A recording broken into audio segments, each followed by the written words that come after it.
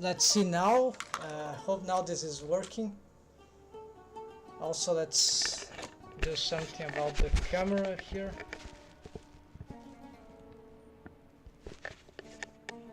Turn this on, delete.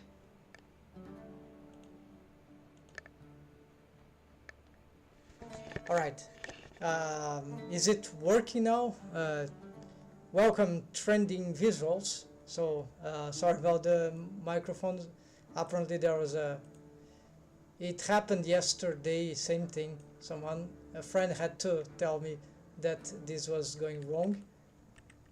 Linear light, so let's see if this is sort of interesting. It's a little better than the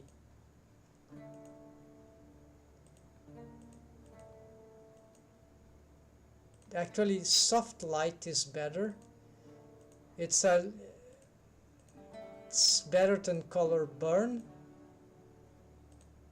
and if compared to multiply, could be better than multiply. Yes, this could work, but let's see the multiply here. The multiply seems to have more. Yes, the multiply seem to have more values.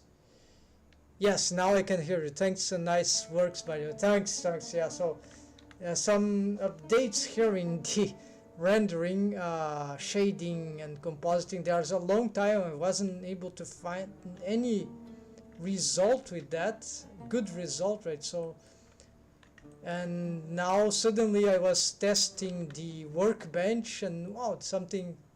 I was just dealing with EV and having horrible results for a long while, for months. It was the system that I was using started to not work well anymore until I've found nearly accidentally I've got this kind of render here with the workbench, and oh no, this needs serious investigation. So I've decided to change the compositing that I have. Mostly I'm using some posterized effects that were too crude, right? They sort of mimic some sort of cell shading, but in a very crude way, and sometimes good, but have very little control. I had very little control of them, so not this posterizing here. This is CGA, like I call old graphics for games on computers, things of the 80s and early 90s, right? But here we got, this was there's tutorial that teach, this is a more manually done, how do you say, manually achieved posterizer effect, and it's, well, this is not what I wanted to show. Let's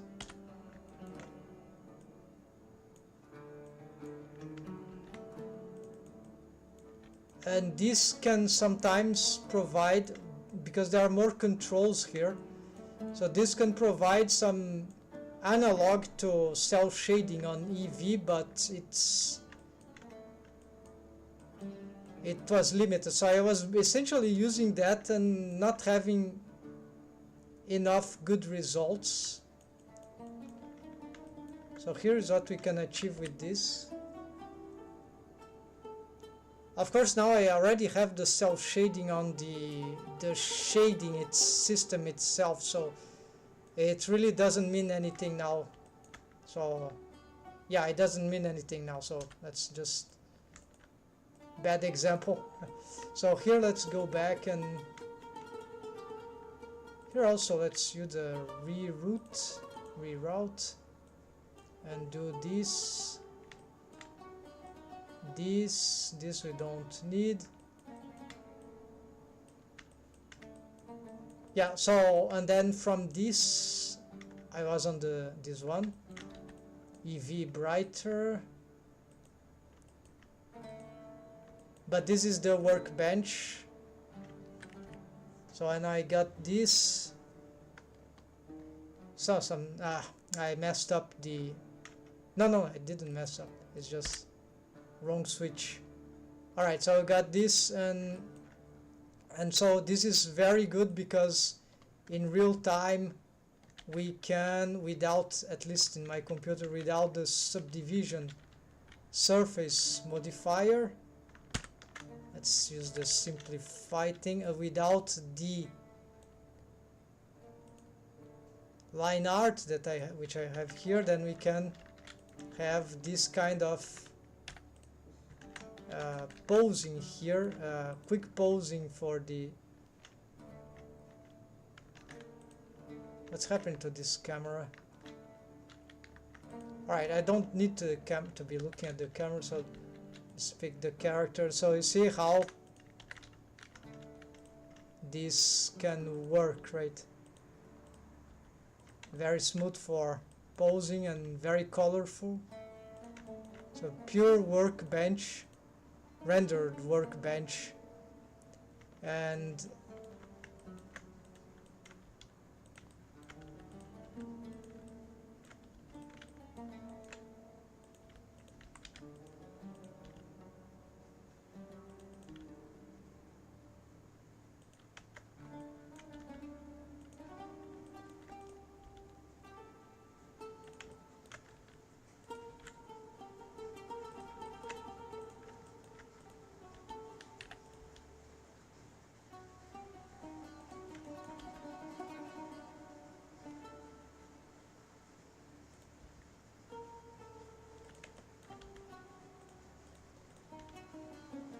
so yeah, this model is like rigged model is sort of ready for, mostly ready for some 3D animation. I occasionally do something, but not now. I'm too focused on getting this shader. I want to make the, oops, time's up here. For I'll give myself another 50 minutes, something like that. So here is the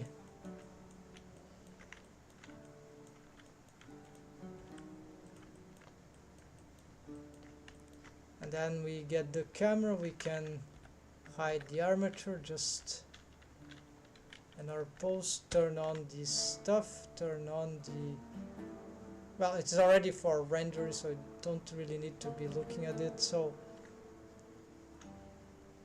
yeah, of course the rig is still not complete, so for the multi-express we still have many things to do, but essentially we can get very interesting results just with workbench. But then there's no light interactions, so this is why what my mission here is to try to make some render like that, a bit like in as much possible closer to workbench. So it's very difficult because EV is just very bad, right? For this, it's not bad. It's just, yeah, maybe it's bad. So even Blender 4.4, apparently they are trying to make a new render engine experimentally. What would be the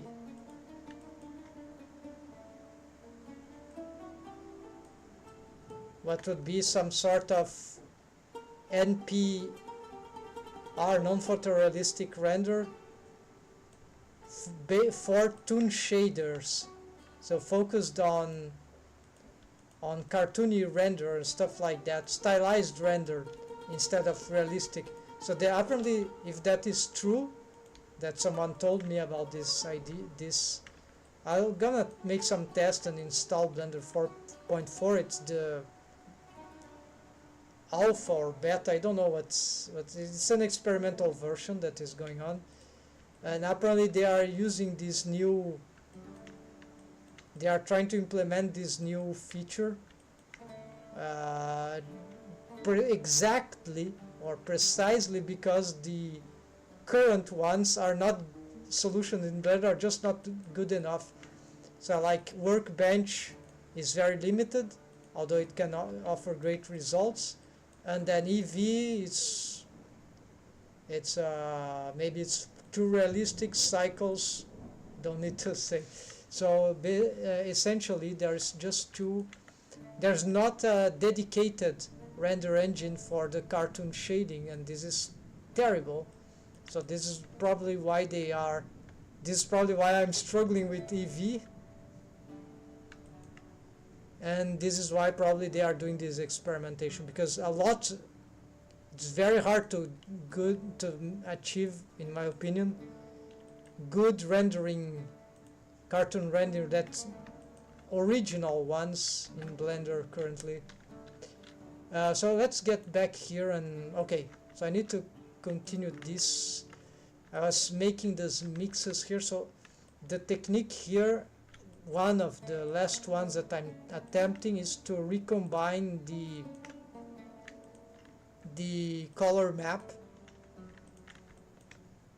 but where exactly to put it, I think the other order sometimes matter. Oops, here's some bad physics. Alright, so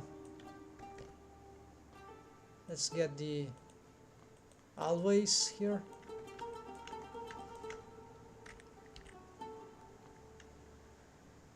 Now the results are too bright, right? It's not sufficient. So I'll have to be probably doing back and forth between the compositor and the... Actually, if I could get something directly from here without the compositor, that might give a clearer idea of what I'm doing. But yeah, it is difficult because I just don't have enough light apparently from this setup. Maybe it's this ambient occlusion.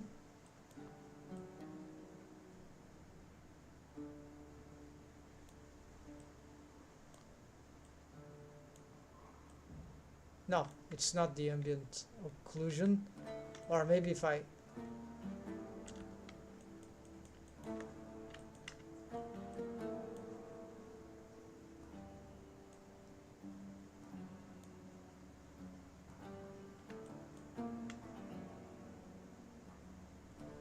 Oh yes, there is something about that.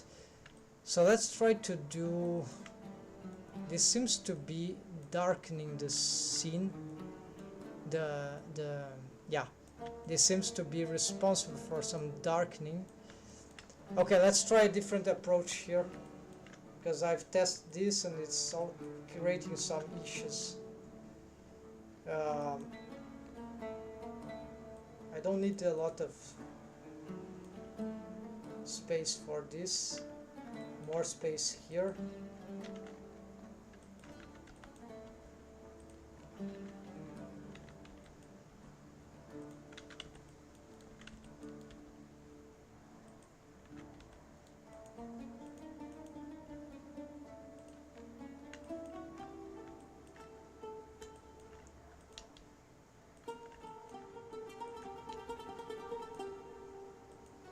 Okay, what about bringing the ambient occlusion here?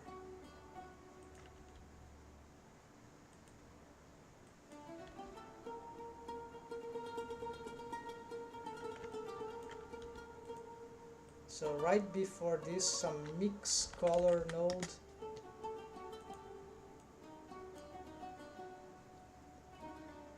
No, I've got an idea. Okay, let's first try this out.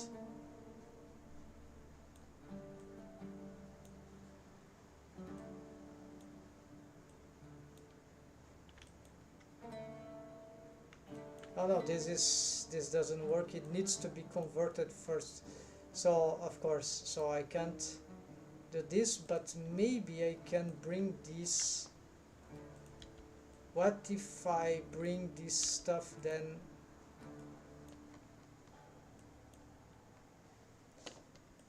What if I bring the let's try this. Maybe this will be better for the stream.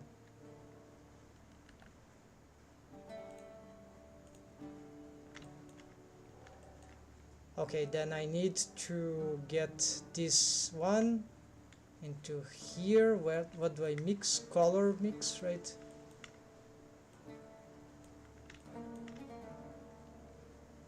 Now actually multiply and get here. Let's see what it's doing. Okay, it's doing some ambient occlusion,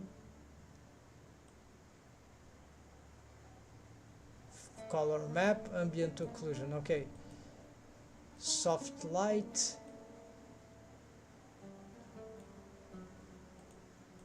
linear light. This is very, yeah, this is very destructive to the image texture, which is not very welcomed. So yeah, so multiply, I guess it's the best here. Traditional multiply. So then this will go to the principal BSDF, then the principal BSDF gets to the shader to RGB. Alright, and now it's suddenly too dark. The principal BSDF make things too dark apparently, so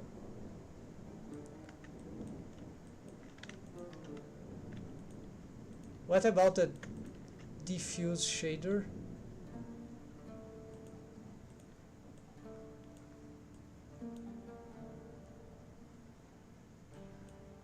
Same thing, almost same thing. So what about emission shader?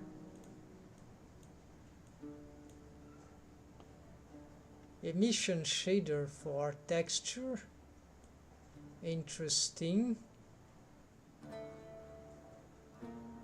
I'm not sure. This is weird. I think this is weird, but maybe this can work for what I'm trying to do. I think I've seen this idea before, so just leave color as it is, then shader to RGB, and then what I do with this one?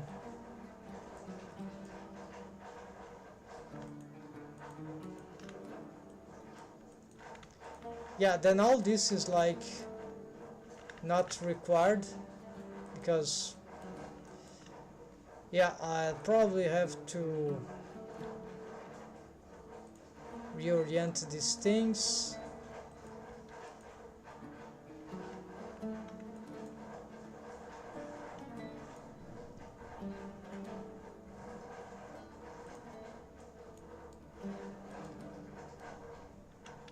So duplicate, let's place it here.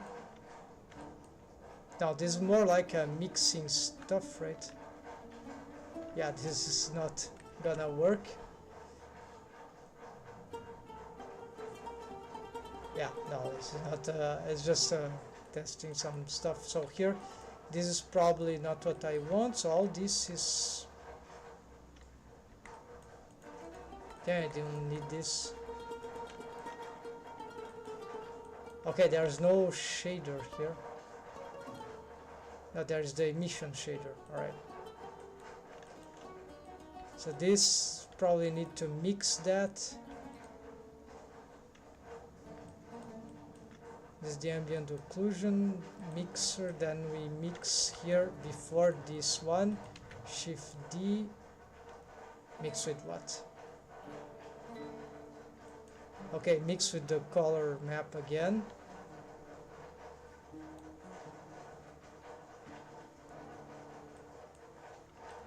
The pure color map.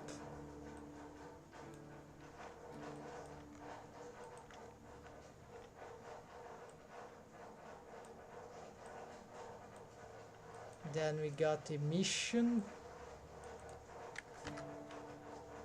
And then we end up with the conversion, which I'm not sure. Okay, then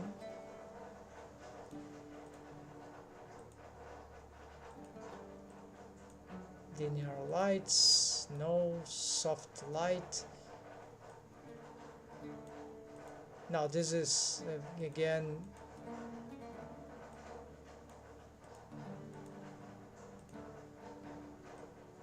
yeah, so all this is dangerous,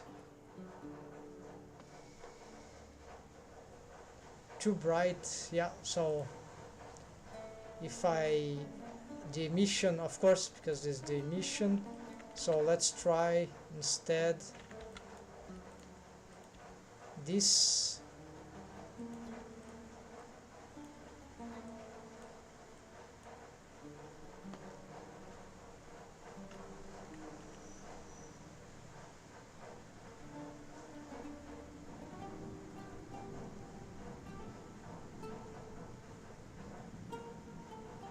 Yeah, I know the image is horrible here, the pose. Maybe I should get something more appealing here.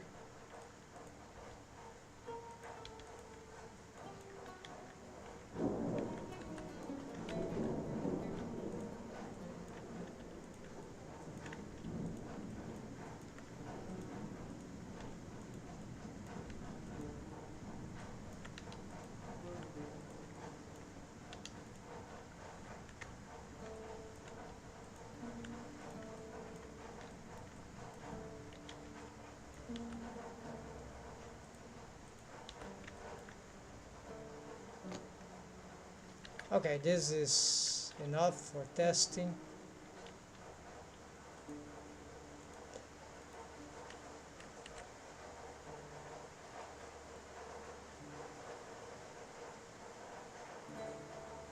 Yeah, the colors are very strange. And still was able to blow up the texture map, the color map. So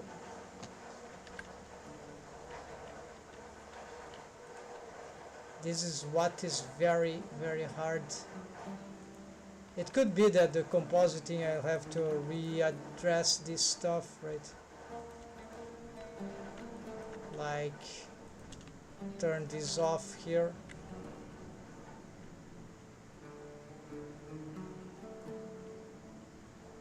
Yeah, no, still very limited color map. We barely don't see the texture. So this, by doing this, we don't get enough anomalies.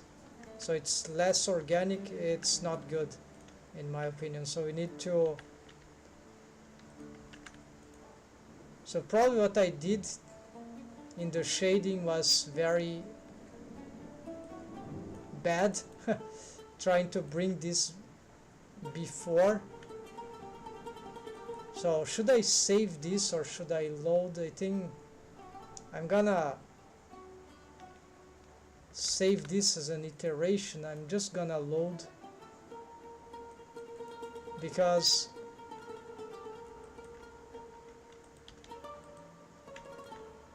yes, I already made some organization here. So this is what I had before, right? A principal shader to RGB, and from then started to get this stuff here, right? So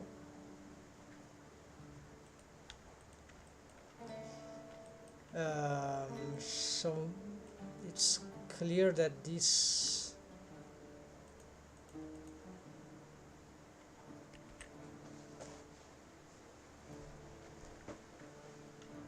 Yeah, so it feels here there's more control on the, more influence on the image texture, on the, might be an illusion that it looks more like the workbench, so I trust that this is because of some texture influence, but this is not.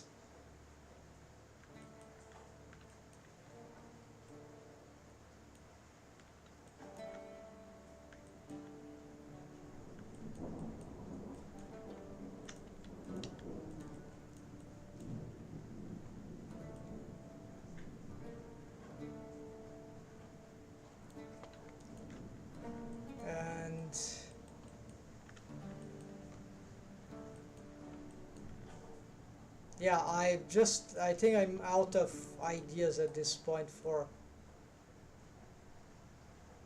Okay, then I have this multiply, which is getting, okay, the color map again with this.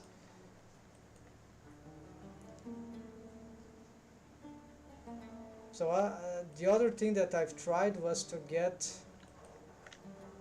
it's impossible to do anything here if I do not get some recording. So this will be like the slot 1.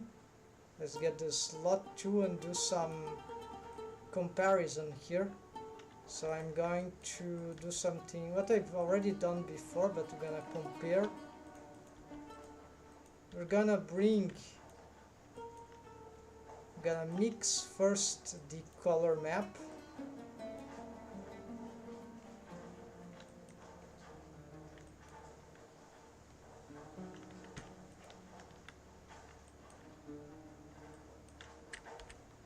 So now there's no ambient occlusion.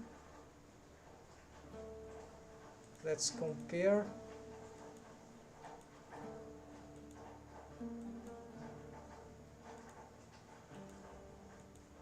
So probably it's good to have ambient occlusion, right? But it sort of can compromise the texture. Or actually it may be not so bad. Okay, so let's re-render on top of this, and now we're gonna multiply with the ambient occlusion.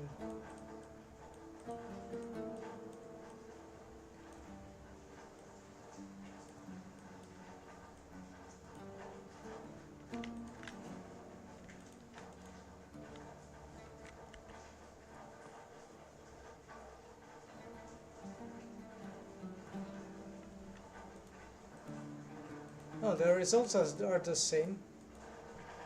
So there is no difference in the order. I was probably okay. They are just mixing. The order doesn't matter. So I was making plenty of useless tests. It takes time to be manipulating these nodes. Blender is not smart enough to understand how to handle those automatic switches here. So swaps of stuff. So I'm going to, because these colors, they are just seem to be the same in this system here.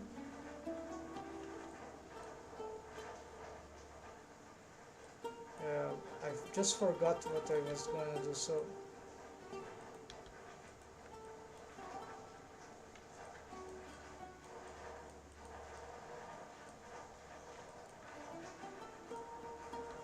oh yeah, I just remembered. So let's try this one now.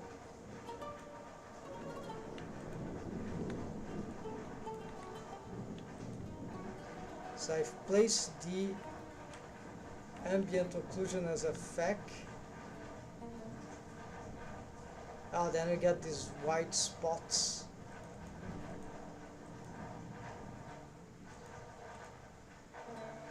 Very strange. Why is this happening? Because the ambient occlusion is, as a FEC, is being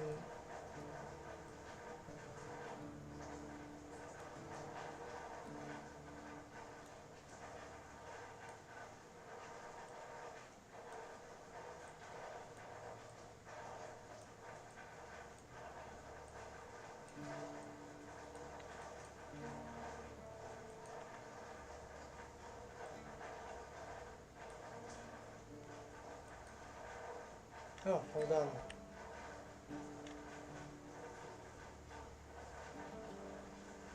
No, still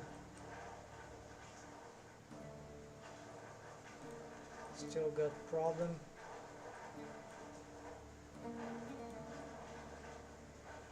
Of course, this is a black and white thing, but there's nothing happening here. Let's just do the color ramp then.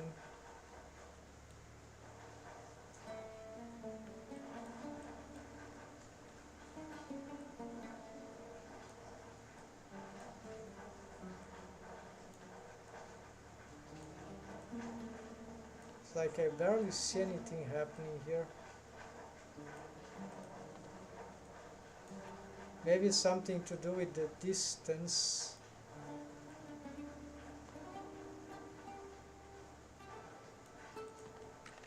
Some day options here.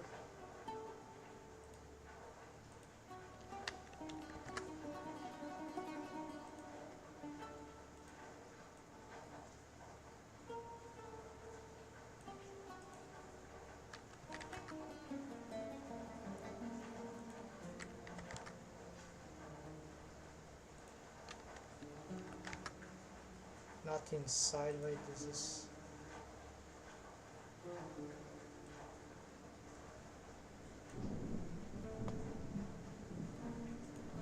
Okay, let's give this high value here.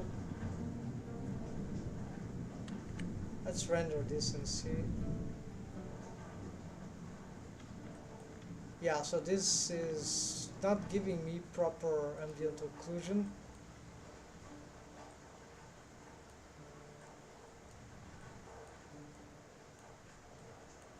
It's like it's doing nothing.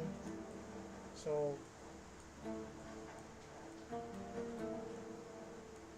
let's do the setup back here. So let's just mix the color to factor. Then if I can prevent this strange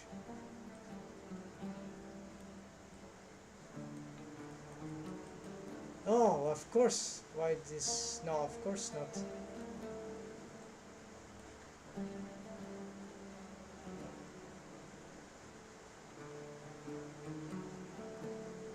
Not good.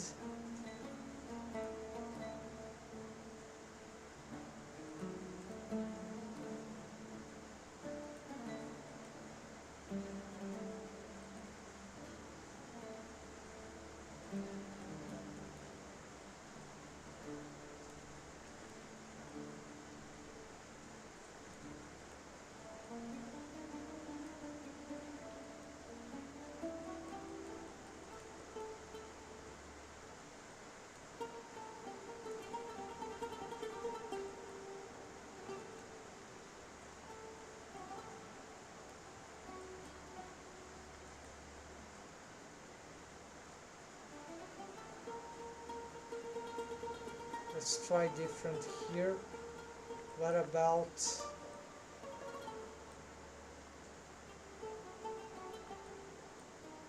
this? Also not, no, this is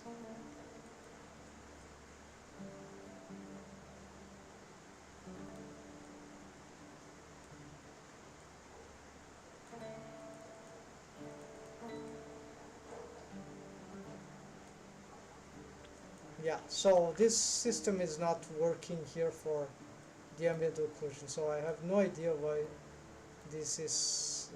I've seen a tutorial, I've tested, it seemed to work, but in this setup this is just not working. This seems to be ambient occlusion, but it's not, it's just some shadow. So maybe I just add the ambient occlusion as another mix shader here, and that will be it. Something like this, and we have this well, it don't need to be this maximum stuff, so I can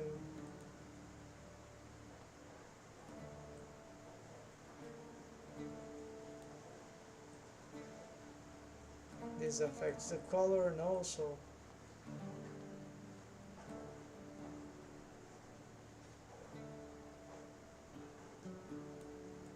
darken, color burn, maybe. No. Then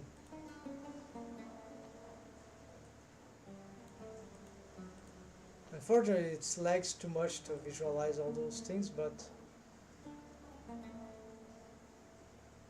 yeah, so maybe I need this multiply, and maybe not, let's give it not so much, so fix more. I don't really see the texture thing on this on this y is so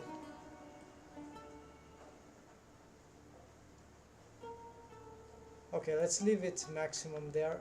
So I'm gonna save here, and what I'm going to do is to try to change here the lights, because I think they are blowing the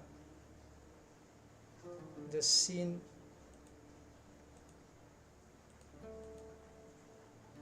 No, they are not. This was a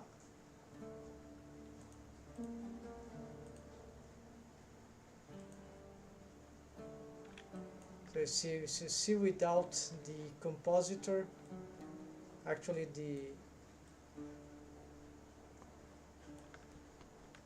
there is little thing going on.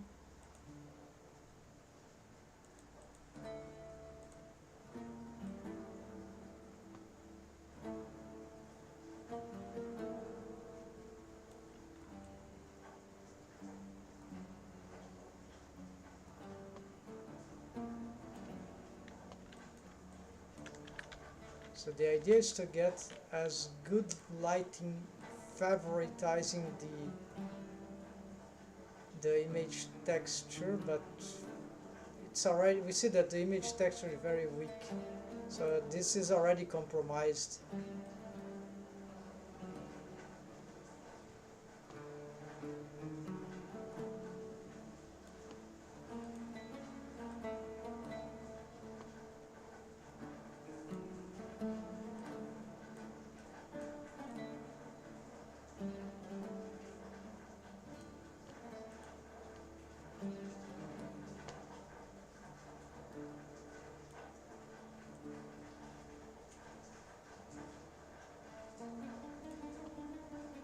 And alright, but doesn't matter, we can test this, and this is of course too strong after this change.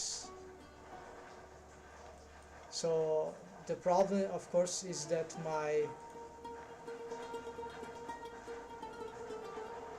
the shader just destroys the image texture. If I map, if the color map, if I bring it back later, it's still complicated. So let's try here and make some resets here, trying to reset some of these.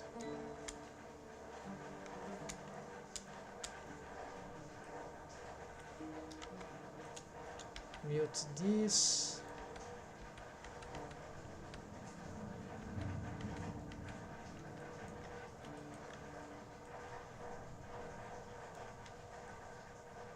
Yeah, actually this was not a good idea. I've lost my settings, so let's go back and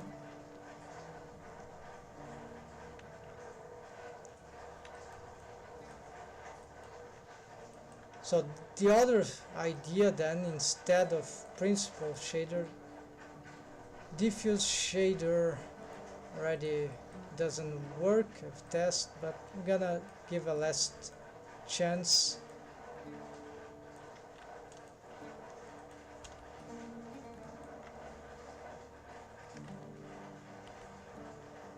It's also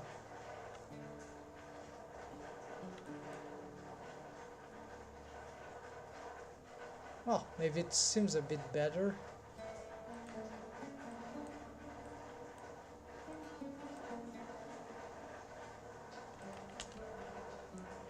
Or was it just an impression? It was just an impression, it's the same stuff. So instead there is, which other shaders we can use here? Not too much, right?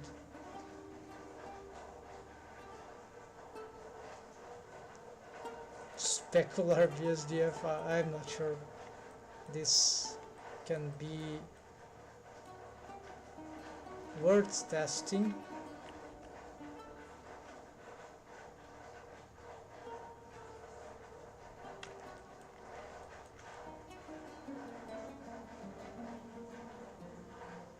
the specularity here, it will be converted, so it has a different,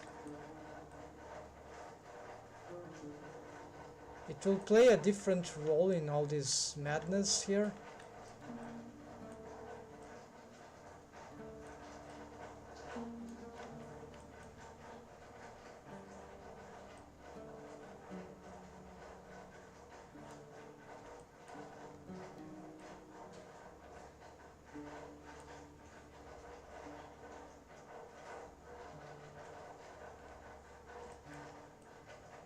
Roughness.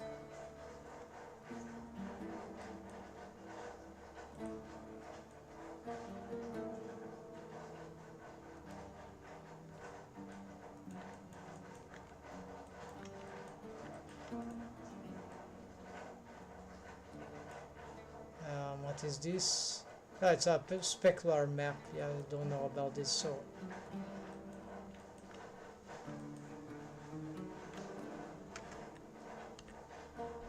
try again. Yeah, so I don't really know if there is a visual difference, so let's, it will be render 1, let's do it render 2.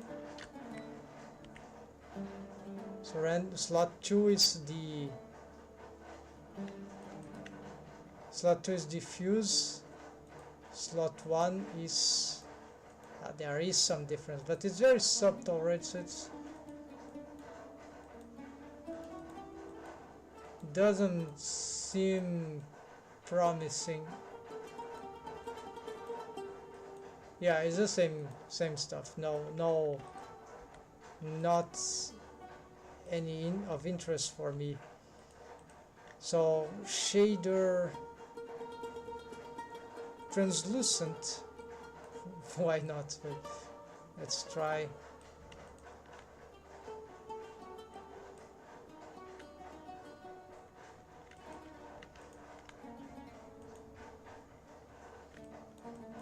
This doesn't seem that it will work.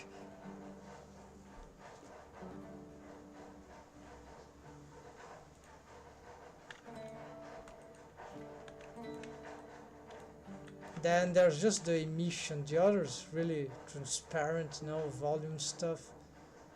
Refraction, no, never mind. Glossy, probably not. So metallic, not. It's just, we don't have a lot of options, right? So it's very poor in my opinion. So let's get the, or it's just me that I don't know how to use this stuff for original stuff. Let's get the emission. Then the emission is the one that can be used to preserve the texture, right? It's just a pure color, some sort of thing, right?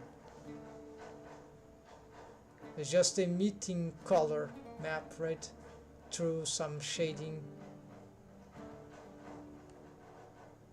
So this might be the most loyal to the cause, and even though we don't see much, I don't see much value to it, but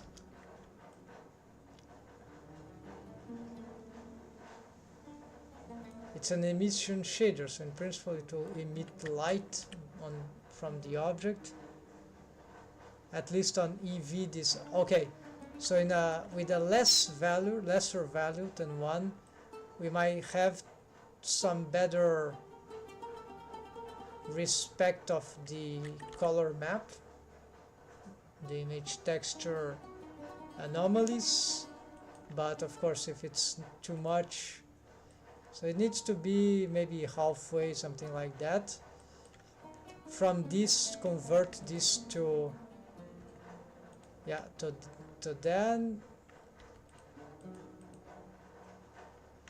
and we start to get the same thing here, the same, and which the orders don't really matter. So it's more about now how to handle this Oh, the ambient occlusion seems to be from this angle, I don't know. The emission shader seems to be more reactive to this, more friendlier to the... Suddenly the ambient occlusion is working better now. Let's get B-spline, I don't know.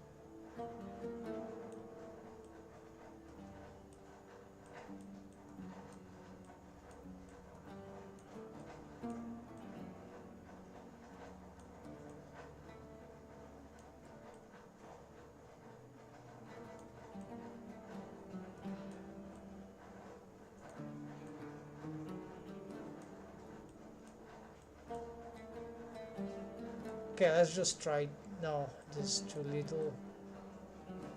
There are some spots there that are not very nice, so I need to try to avoid this. Maybe I just take this off. Let's just make this one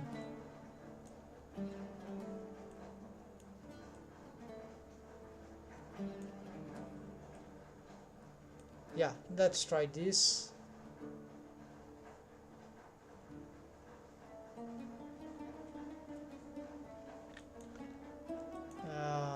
It's too flat.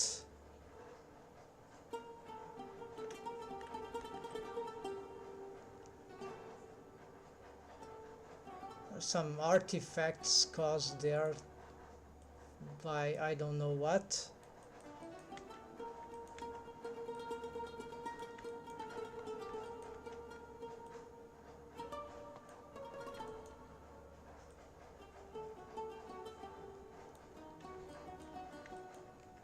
Maybe it should be time to make some adjustments here, because this is the emission shader. So this is why I hate this stuff. It's like I have to be doing this manually, because this is very dependent on the pose, actually, on the patterns that... So this is not very adequate for the build, the setup.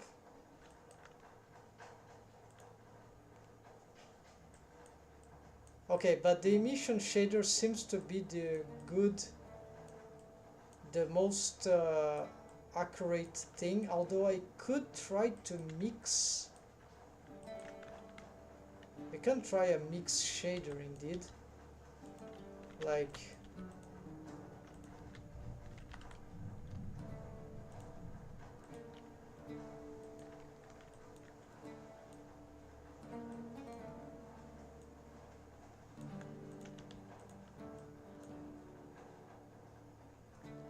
more towards the emission.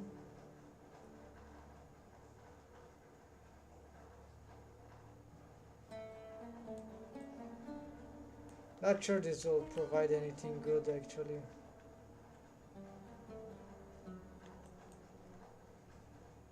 Yeah, it's chaotic because then this color ramp will not be very adaptive, so I'll have a lot of more work to handle that. I have two color ramps of this kind.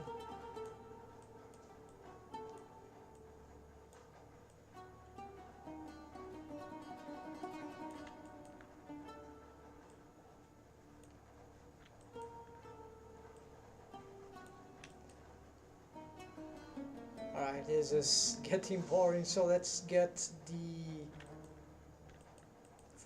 let's get the next yeah, so the lights.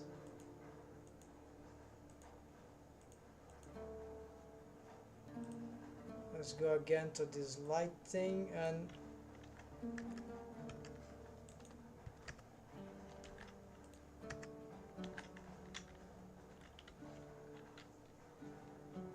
let's fix this expression also, and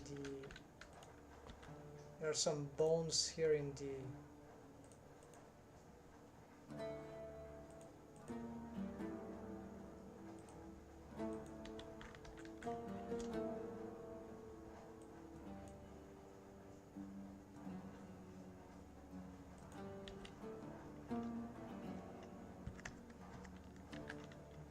Okay, we leave this the regular pose, that's fine.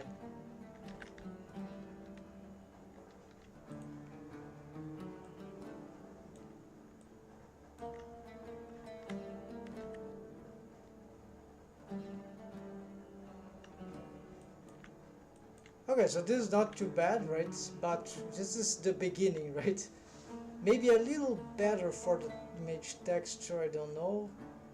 But let's go back to the yeah, so I need to prevent the lights to explode the,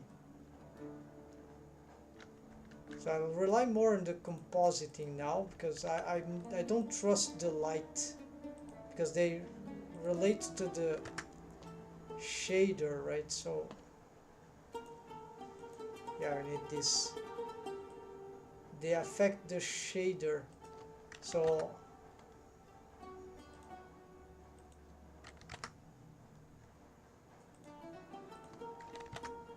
and let's zero this out.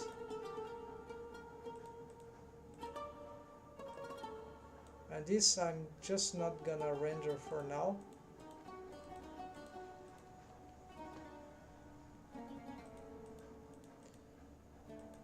It looks like this, oh, these are suns, why they are so weak?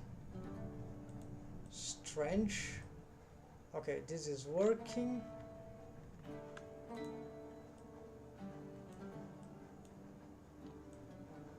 This is also working.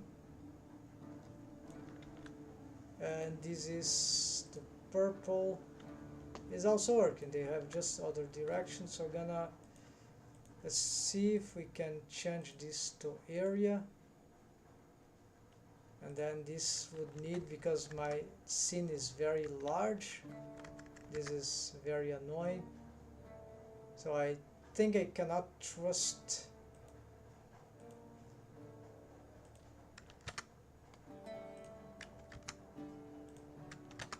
Yeah, let's leave this as sun. It's more regular, and if it's more regular, that relates more to the, so also help for these organizations here.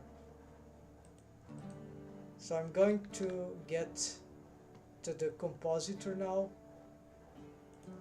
Compositor, yes. And so now let's get here into the camera, into the compositor effect, and we're gonna start editing this very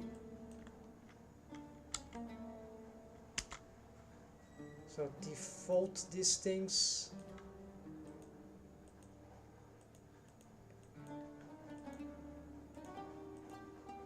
Yeah, it's this one. We are using this one. Okay, so we're gonna have to default those things,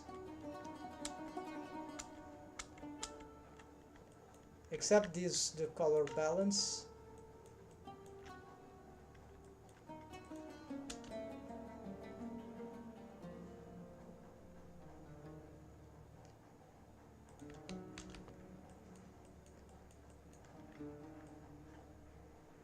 So this is very hard to use here, so this is why for EV I found this tone map, which sort of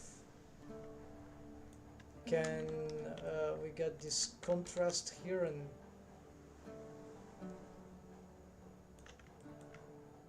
it has some valuable effect for this balancing, subtle correct balancing in my.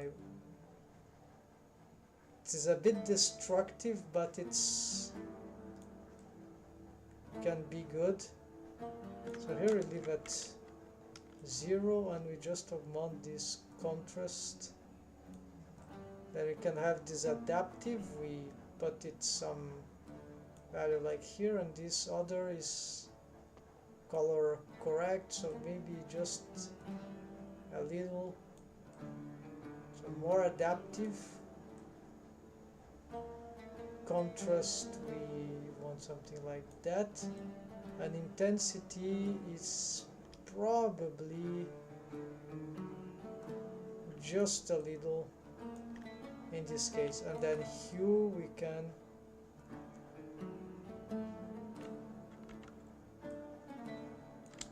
leave hue as it is. We can desaturate or saturate a little. Value will increase the brightness with, I think it's a bit dangerous because we are exploding the texture.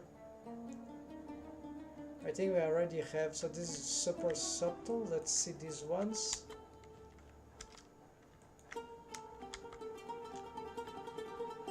Yeah, so I need this set up. So in principle, lift, I've been using some pink color. Let's try to make some change though. Let's use a blue. This will try some pink, and this will maintain as some yellow.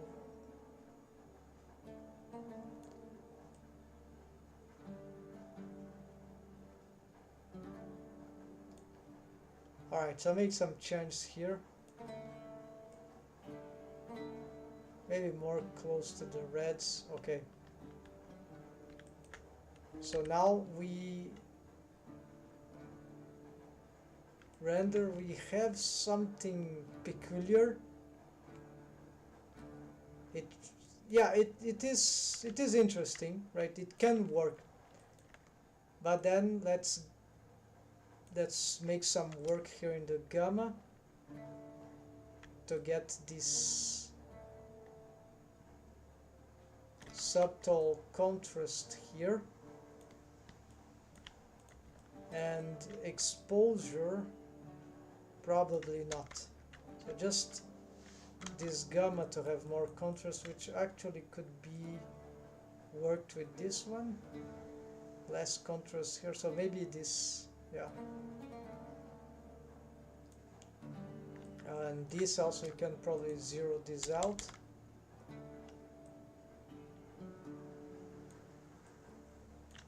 The color of her eyes got disrupted, right, in this process. So this is probably because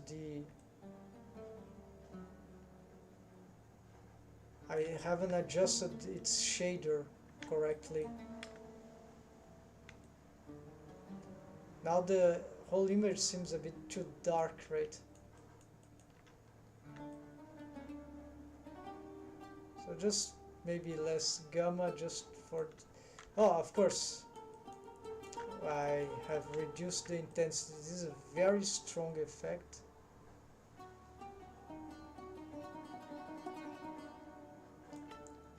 Alright, so now I think we have some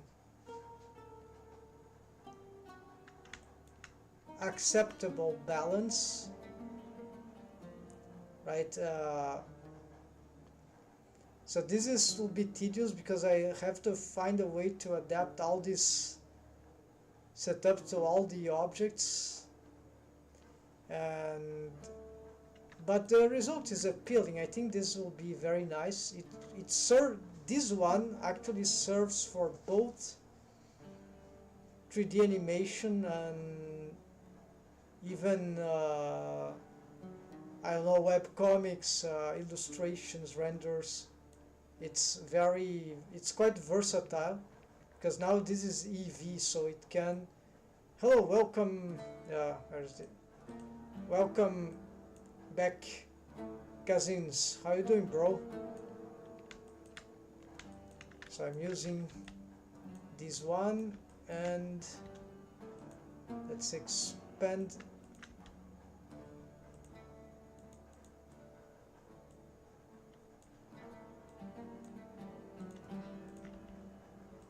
Expand this. Okay, I cannot expand this.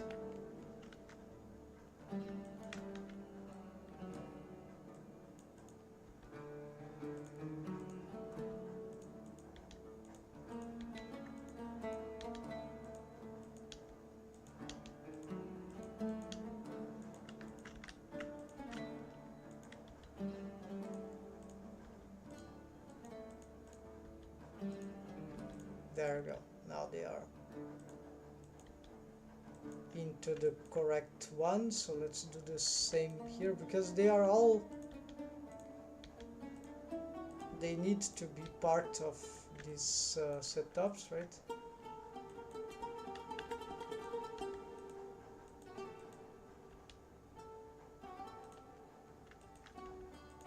So we have EV posterized CGA graphics of old school time, which I like, but it's like, we could even try to make some animation with this. Yeah, this is pretty cool.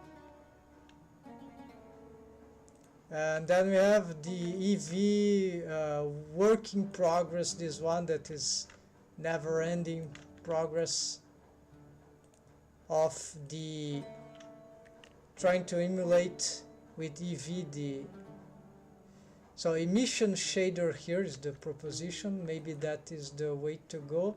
The texture again, got my, hold on.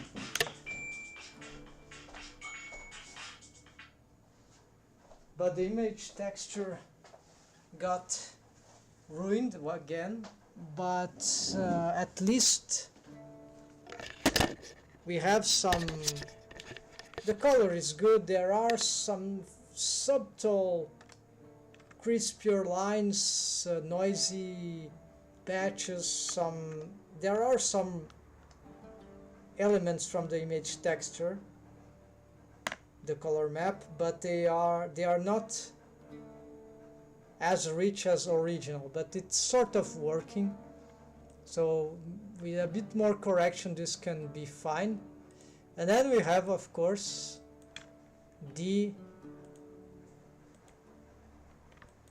workbench, which this shouldn't be rendered like that.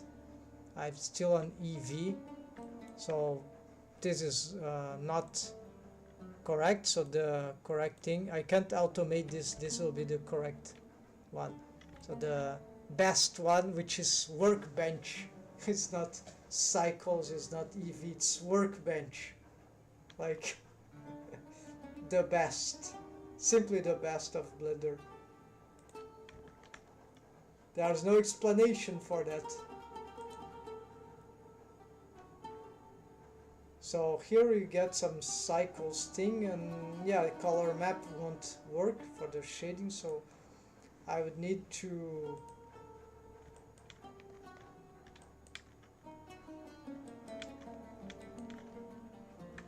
let's try this. Okay, not working because we need all. Alright, so I don't know if this will provide any adequate results. This can crash my computer.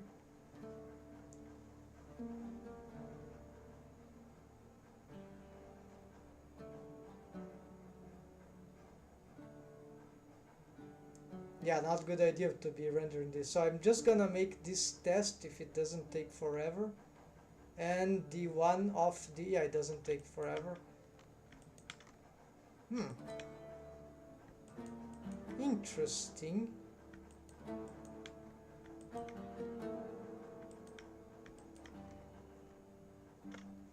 This seems to have made a better job than EV, folks.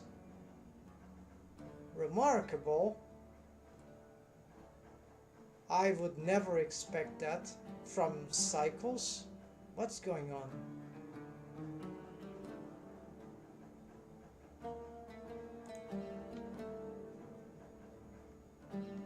It emission with cycles. Let's try the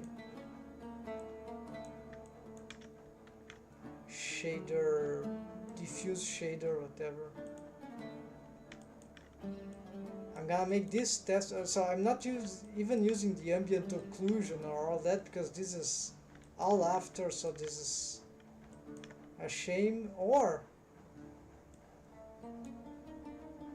okay, let's do something instead. Let's Let's just do some trick here and try this. Yeah, no, as the diffuse shader will kill the... They're beautiful, but the plaster... Oh, it's still rendering. Okay, there's the compositor, everything. I would like to render in cycles because it takes too long for, but if the results are appealing, I might change my mind. They are sort of appealing.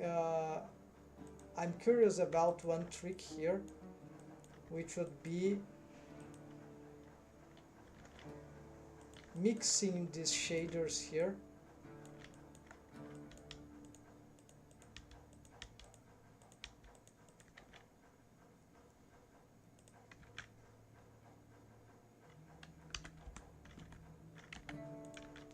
Mix shader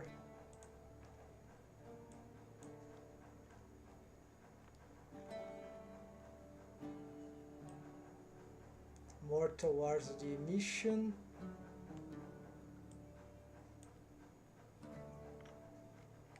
I'm not sure this will provide good result. The eyes are looking like that because it's same thing, cycles. This is color map.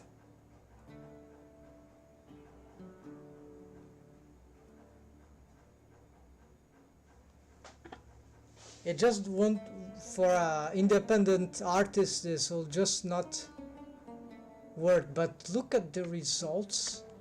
It's very interesting. It's smoother than sharp, but we have some good rendering. So I remember I got some stuff like that, but it's very harmonious. So this is kind of, yeah, it's the noisy thing of the cycles render. So let's try this one. Okay, unmute. So this is the classical Toon BSDF shader, only for EV. And it doesn't really have, that I know, much options. It's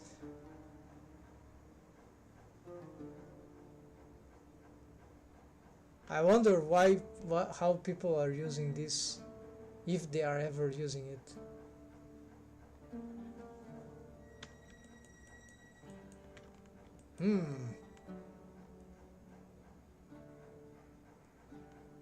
It seems to help the image texture. I don't know why the color is like that, but maybe this substitutes all the rest, right? So why not, right? So why am I getting this color? Let's try the compositor.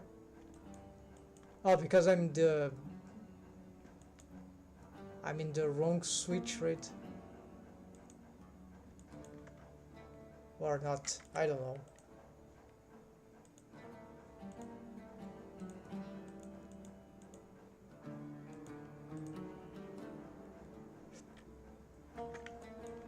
Probably because of some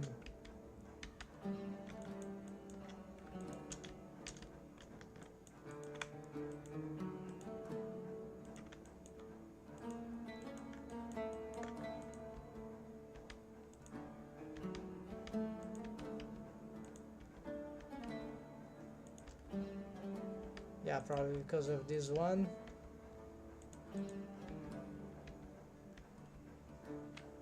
Alright, let's try this.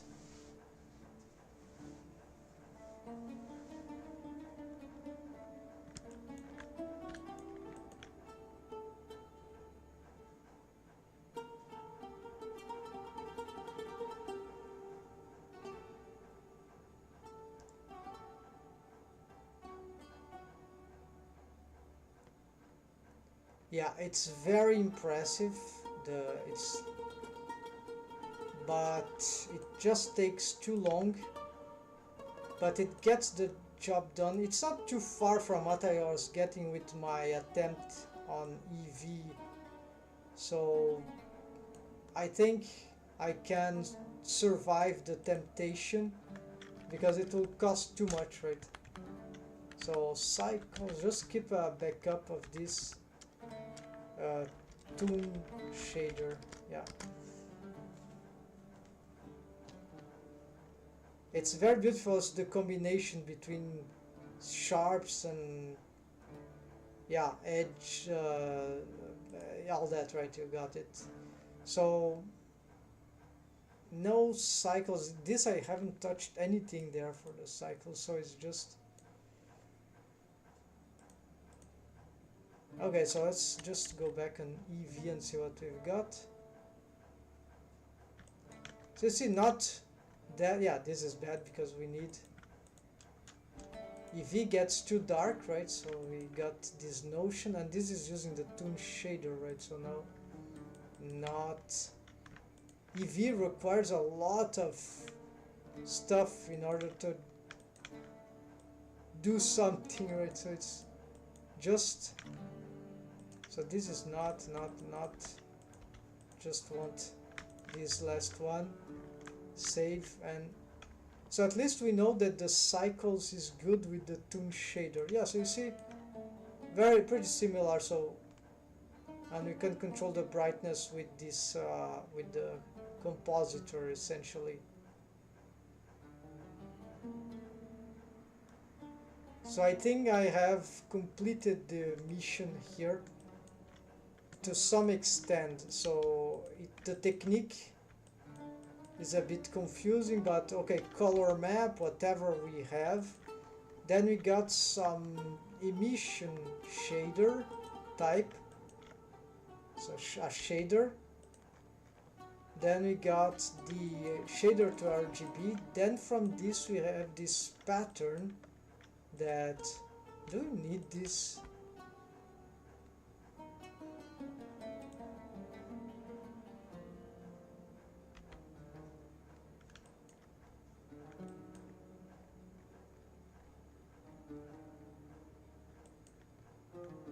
Actually, yes, I'm restoring the image texture, right? So, but maybe I can cross here.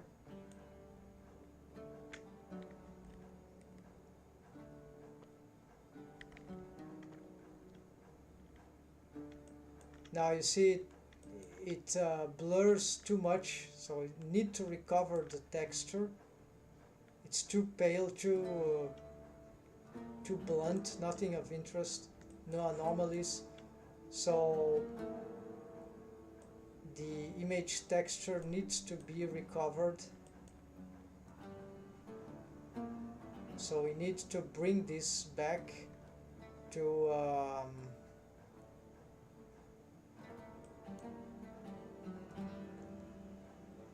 where?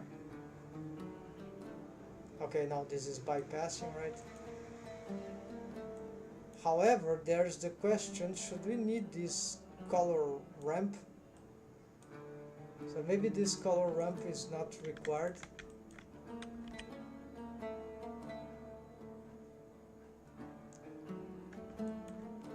So you have more areas of interest happening. So let's turn this off and see what we've got.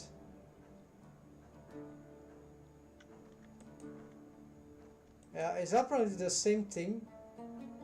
So this color ramp was someone that suggested me, but it's too annoying to handle, and I don't, maybe it's not really necessary for this case. Because I'm using the composer, the texture map is already valued, right? And we have the ambient occlusion, so this though will, without this, is just a bit too dark. What we'll do is it will just lighten up the colors, doesn't seem to cause too much stuff, but it's risky because it can, in this process, it might obliterate some of the text, the texture. Yeah, we might lose some data here that might be important, color data, I think. So we can probably bypass this color ramp, and so we just go directly to here, because I wasn't able to get too much control anyways. And then this is just a question of, so I'm gonna make another iteration here of the file, going back on the compositor and EV brighter. Yes, so here we'll have to readapt here, so probably need, now we'll need some more of this value maybe, because so this is like the color map, it will just brightening everything. This contrast we can, okay, let's zero this out and see what we get. Yeah, this is super dark, so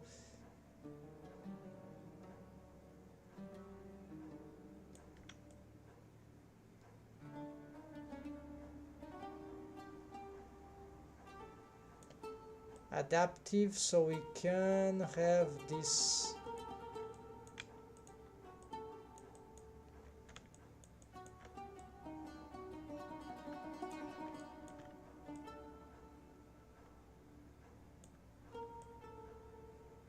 I prefer playing with this than the color map, right? For me the color map is, in this case, it's just to annoy, right?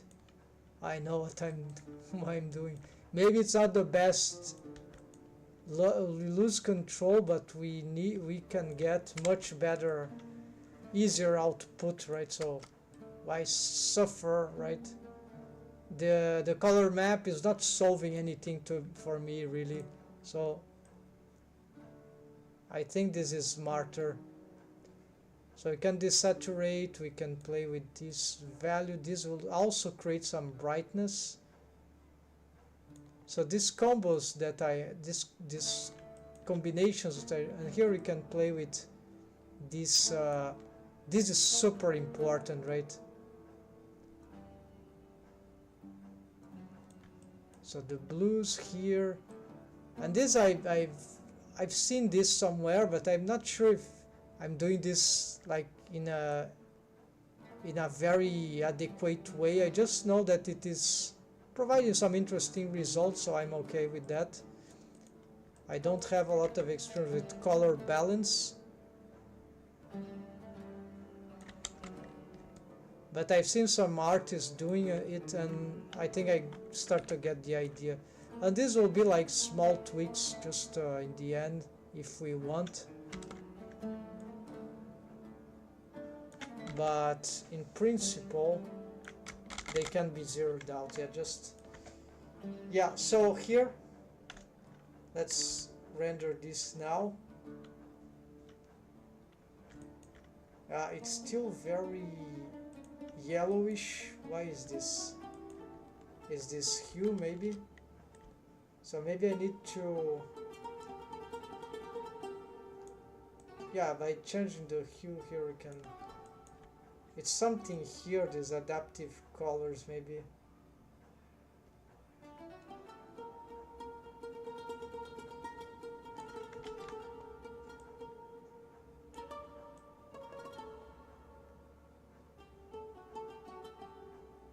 Too warm, right? So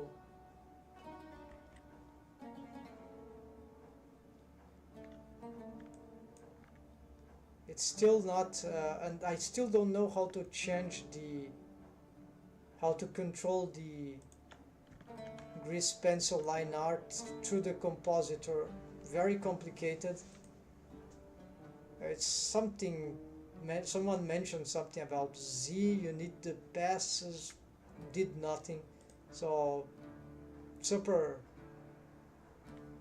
confusing, unintuitive, very bad setup, I think, very sadly, because compositing is super important. So at some point I will learn that, but it's like, I think this passes thing is completely alien to me. I don't really understand why you need those stuff, right?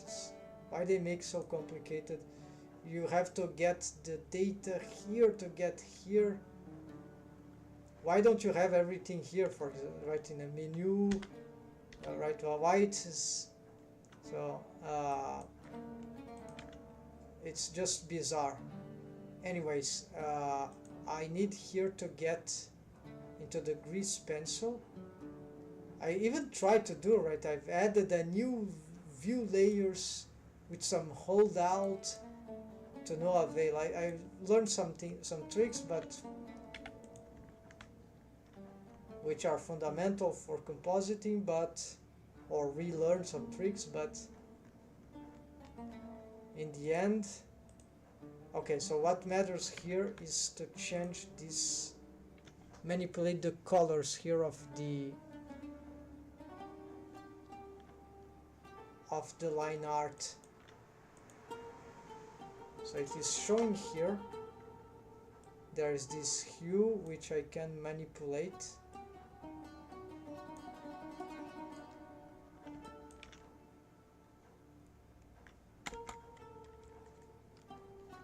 So now it's neutral.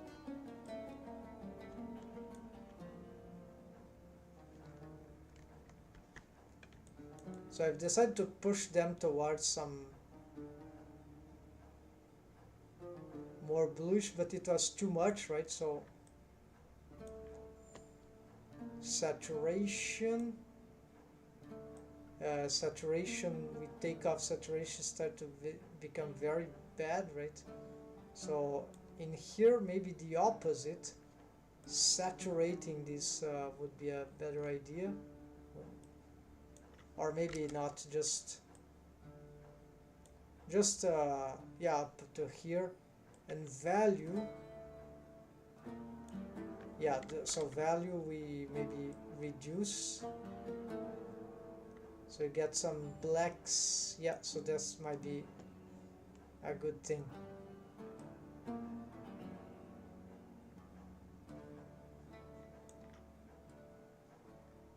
Alright, maybe this works. Also, let's reset the hue. Let's try the other direction. Okay, the other direction, that's fine. Saturation, little less value.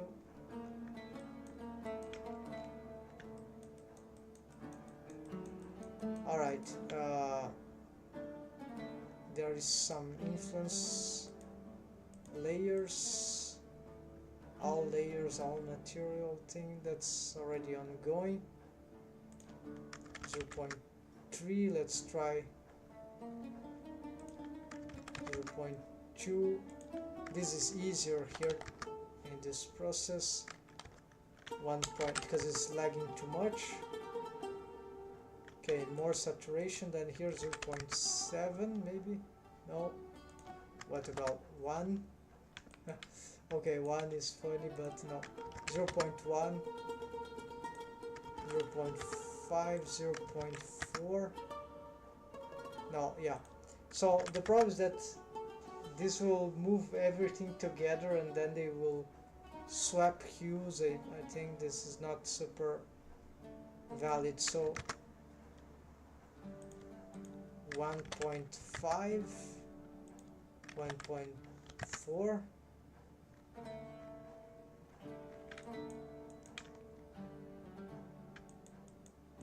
Okay, I'll leave at this.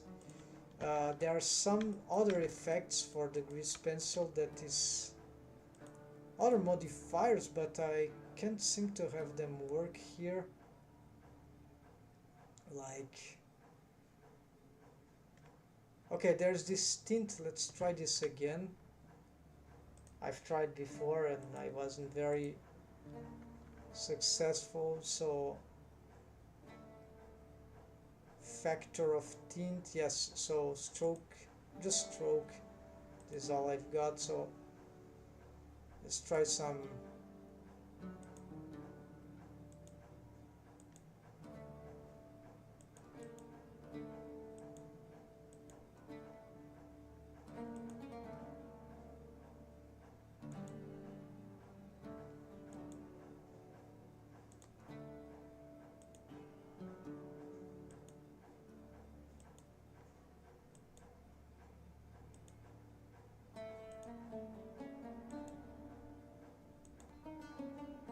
Okay, let's try some sepia again, and it's a black color, right?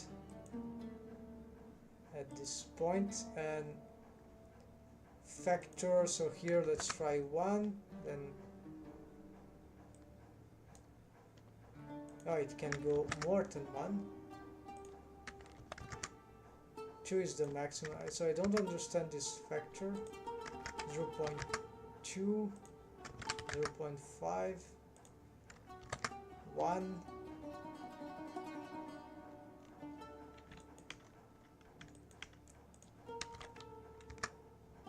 2, 0.5, gradient, uniform,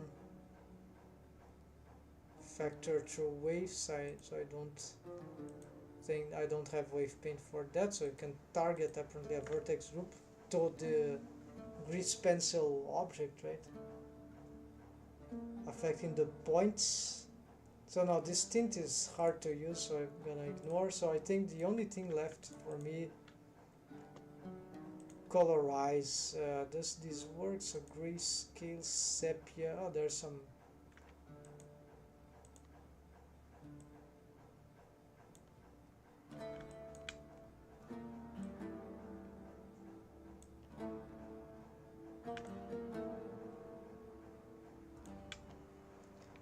They have a base sepia, I didn't know. So disable, enable 0.5. So this can help, yeah. It's more or less.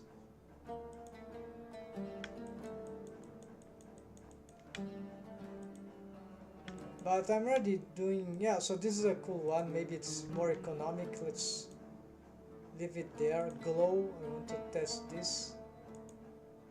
Nothing happens.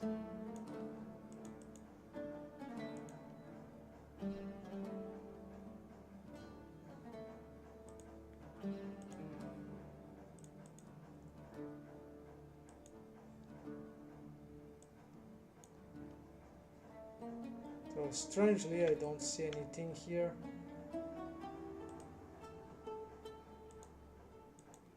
So I don't know, maybe it needs to be rendered.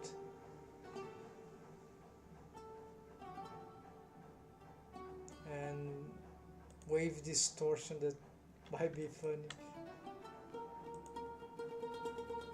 But no, it's not necessary. Oops, the wrong one. So yeah, it's too much stuff here. I don't really know what to. Ream, what is this?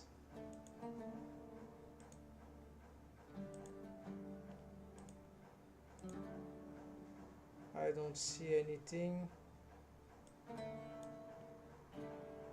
Okay, never mind. So I don't know how to use this. So this is enough for these implementations. So I started something dark. Of course, the color of the shirt here, some. But I think I've. That is it, folks. The mission is accomplished. Let's try to make some. Just to complete this, let's try to make some sort of. So simplify. Turn off the grease pencil line art. And let's see what we can, not a wow cycle that would take forever, but something like, yeah, let's get into the action editor.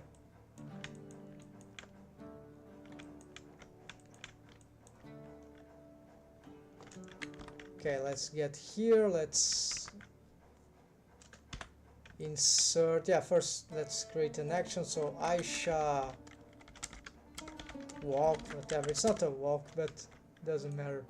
So first we're gonna just start already with some posing, right? Because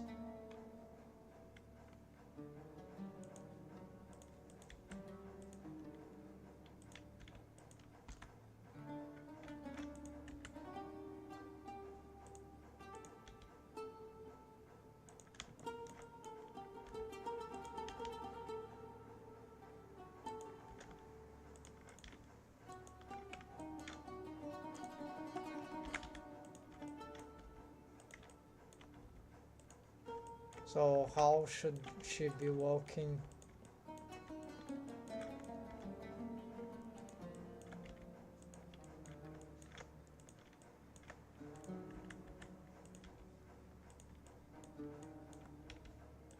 Maybe she holds one hand in this thing, right?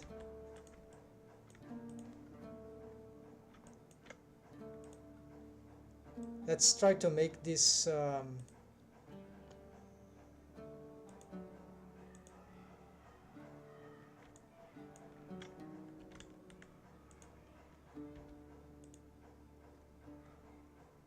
this can cause some problem. Yeah, so now that I know how that works, so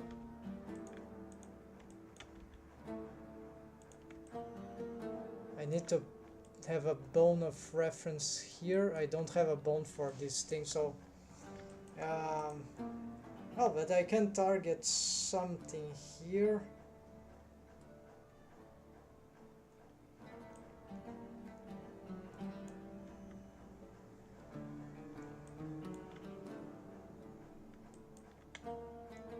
Yeah, we can do something crazy here, like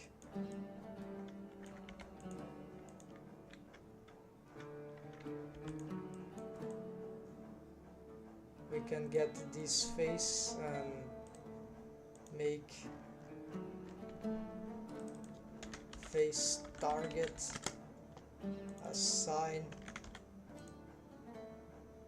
get here. So that probably should change this. So pouch, belt pouch, then target, face target there, and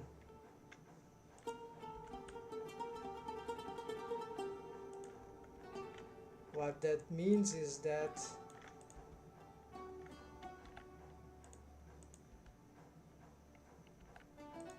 the bone constraint is not working, so local not, so local with on orientation, no. So this type of parenting I don't remember to have done before, so object, so maybe the face is wrong, so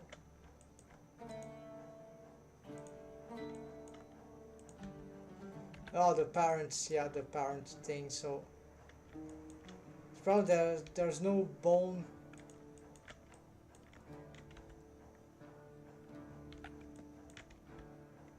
Yeah, it's moving these bones that don't help, so this is why I've made the local with parent, but this will cause other problems, stacking.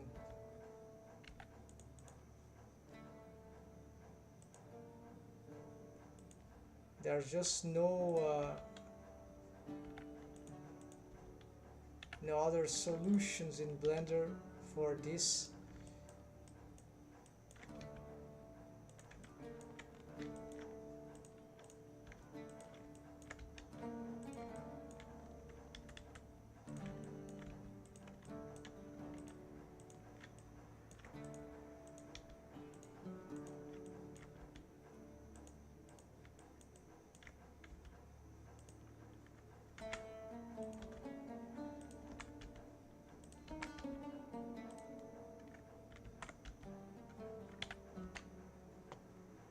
Sometimes the auto I key seems to get bugged out, like the bones, they don't respond to auto I key.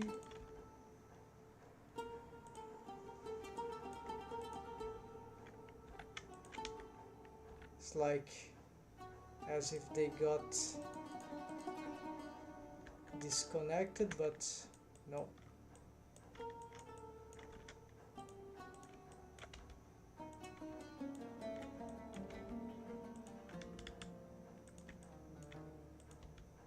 This is working, so why these ones are not working? It just doesn't make sense.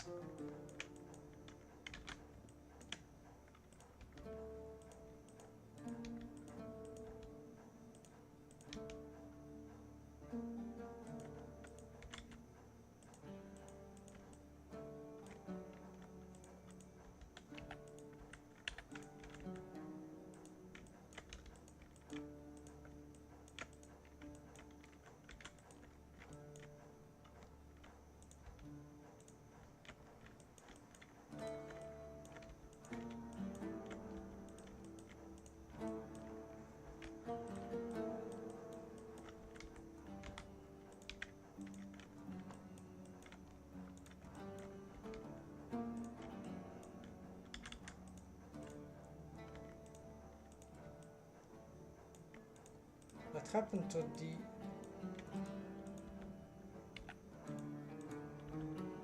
this bone? It was completely displaced. Alright, so this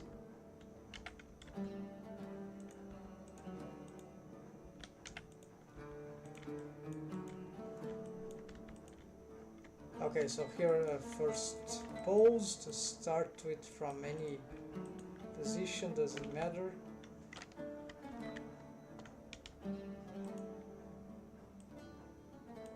Then passing position that reset.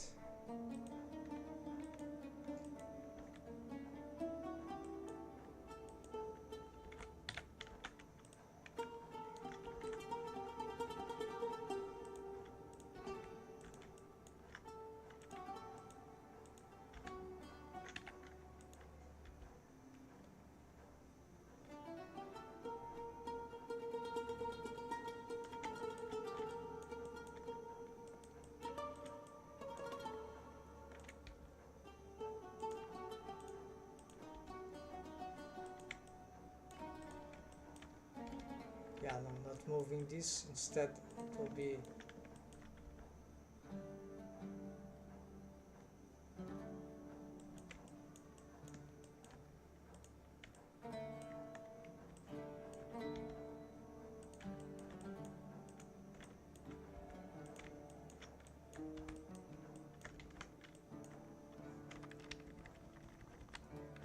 she is sliding. What's happening?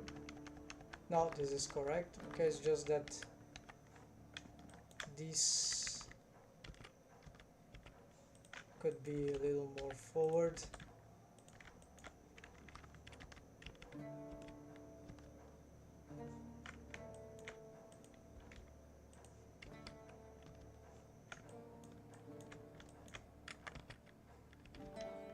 Edge steps. Yeah, let's move this forward also. Wait, there seems to be some mistake here.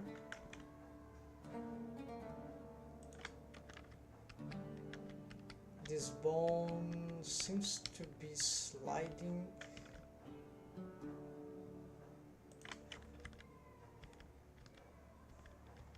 I'm confused by the...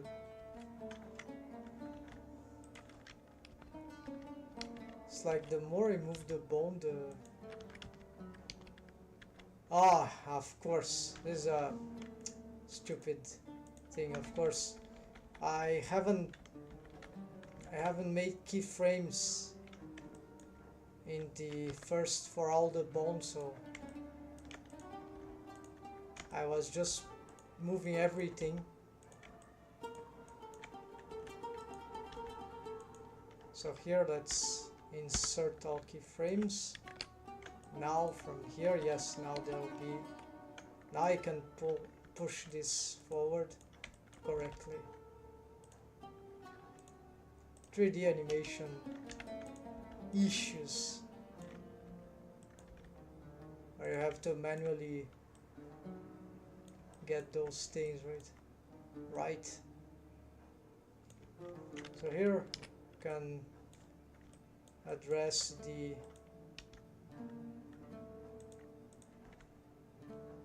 reset this.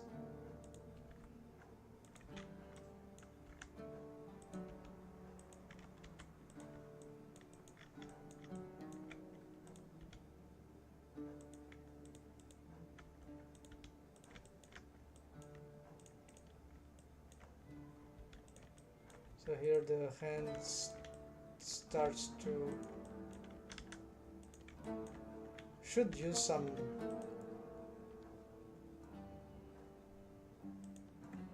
okay, the motion paths taking some time to calculate, but so I don't know why people say about I key posing, F key posing, I key posing don't get you arcs, F key posing does. Bullshit. This is what is this?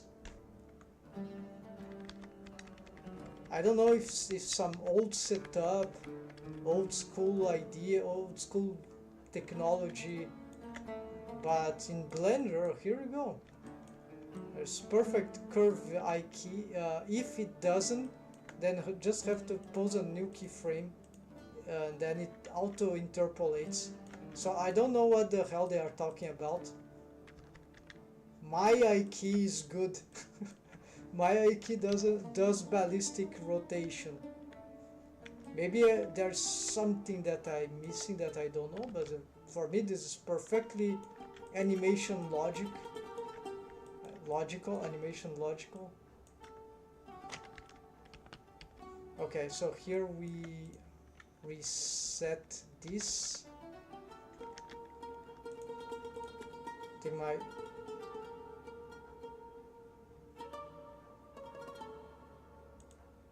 Okay, some lag, possible crash.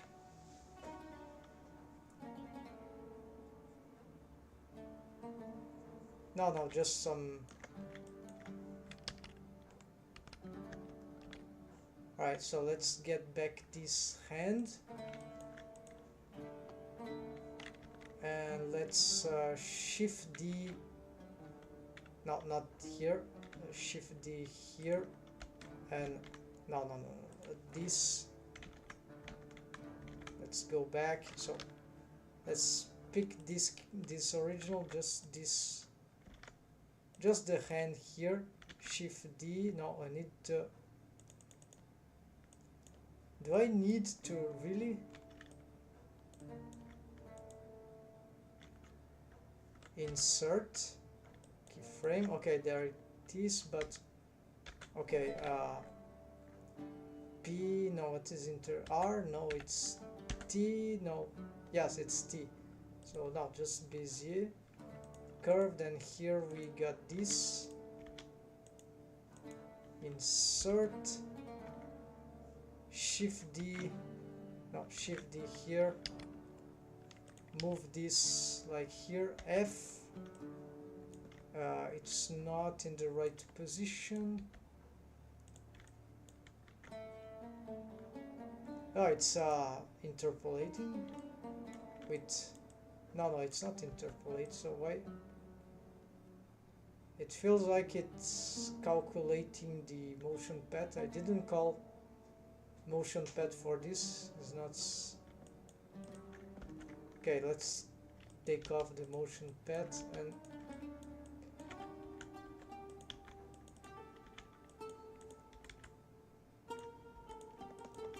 so this hand, of course, here will be. This is why I had this bone constraint, but it's not working as expected. Maybe I just need a bone there. Yeah, let's make a cheesy bone, a cloth bone. So we got this. Let's get this position, and we're gonna go on the armature. We're gonna go into get some clot bones. Would be about time that we get some collection for that, right? So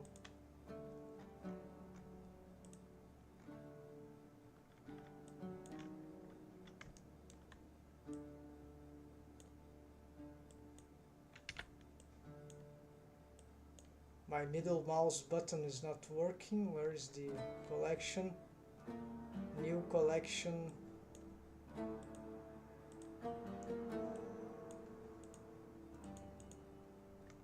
Okay, so cloth bones usually can be this color here. Then gonna go there. Let's add a bone. There'll be belt pouch, so this will be like map belt pouch. So we're gonna get this into some not a deformed bone.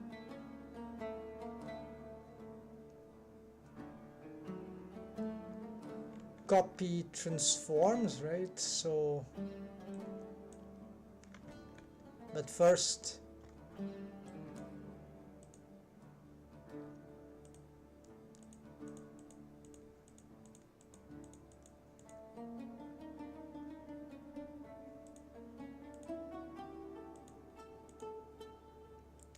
alright, so it's not clear how that works. Let's make a highlight and hope that will be useful.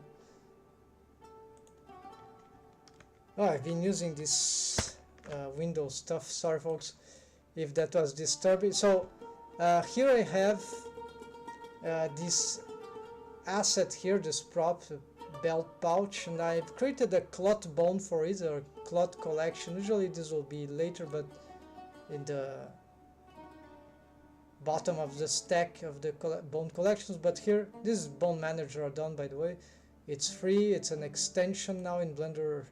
Yeah, after Blender 4, the repository, you know. So here you got this bone, and I'm going to not parent it. Yeah, I'm parent it to the rig, probably the some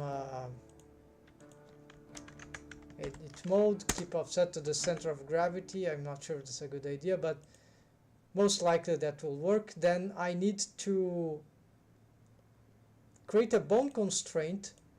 I'm gonna use it to map the hand, which setup that I'm trying to make functional.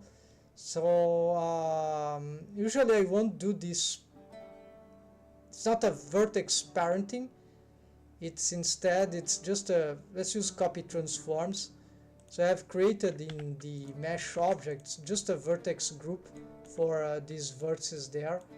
I think it will select the center, right, if I do this. So I'm gonna use this vertex group for that mesh object here, belt pouch. It will be it is a trick that we can do, but this bone, if we do this bone cannot become the, so you see, belt pouch, and the vertex group, it's a target, face target, whatever.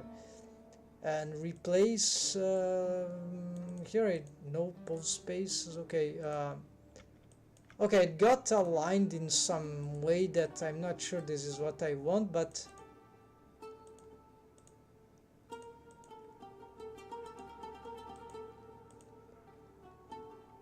okay, so I think it's just replace and worse space, folks. So, oh, there's pose space for owner. Okay, let's use that instead. So what happens now is that if the character moves, this bone is following the mesh.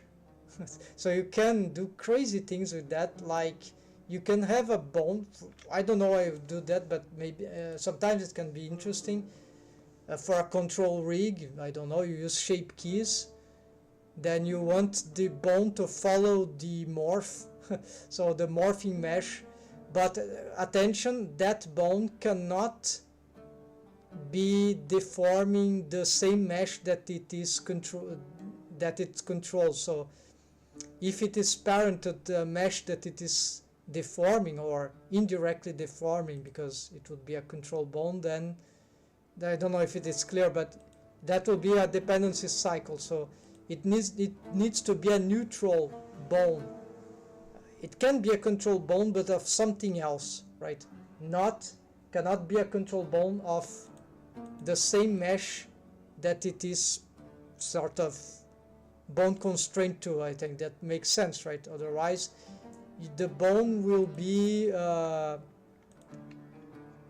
in this case, this is not a non-deformed bone, so this is safe in that regard, but it could still be the parent or have bone constraints affecting deformed bones on that mesh of the belt pouch. I don't have right now, so it doesn't matter.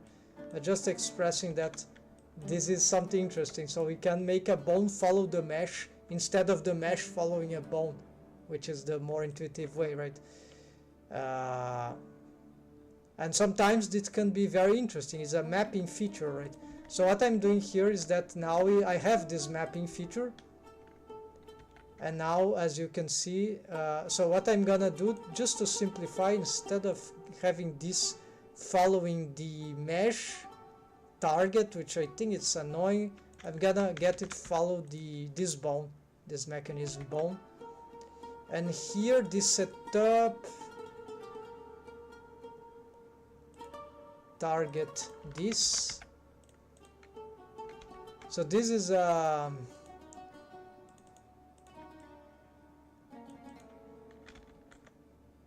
oops, I cannot reset this stuff. So let's reset here, and there's lot of shearing happening here. This is probably because I don't know why this is happening.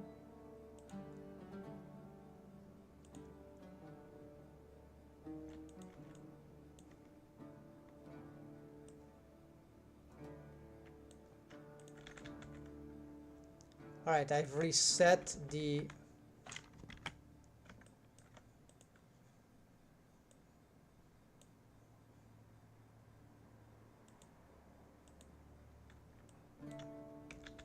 Alright, so I'm gonna redo this. I'm gonna try to reposition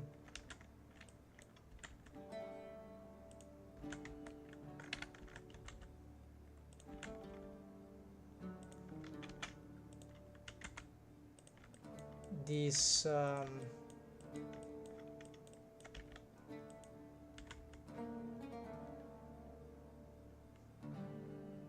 yeah, it's all awkward because actually the bone has a different orientation than it seems. No. It seems that I have some lock rotation here because of some feature. Or maybe this copy. Is this correct? Yes, this shouldn't be causing the problem. So this is something about the setup here. Alright, this is a mistake. Highlight, folks. I can't continue this.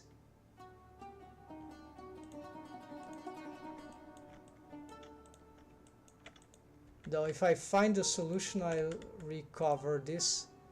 Okay, so it's clearly something about the bone constraint, so let's try to do this again.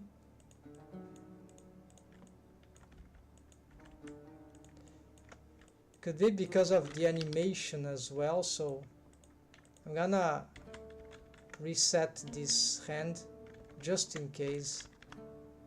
So we're gonna restart doing this, reset the pose here. We're gonna, it's not being affected by this. Yeah, this one is being, but yeah, this first one not. So I'm going to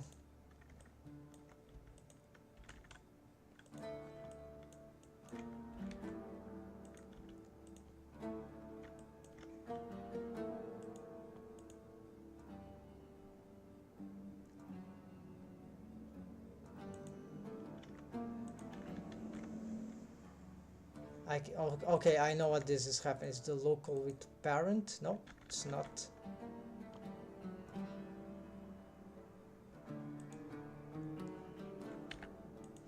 Ah, it could be the interaction limit distance. No.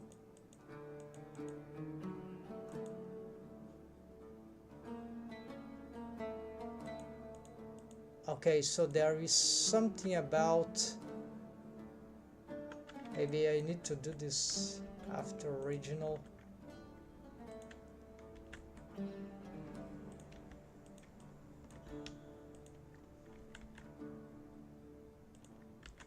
The rotations are crazy, so the fact that there are some bound constraints that might be interfering. A lot of things, right? There are. It might be the setup that I have here.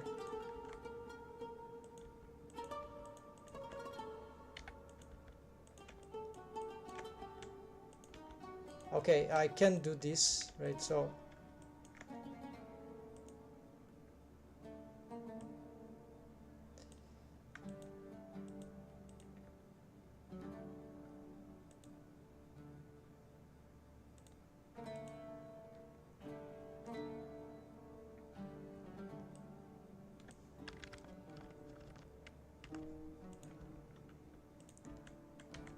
yeah, so I think I get the idea. The automation here is failing in respect to all this.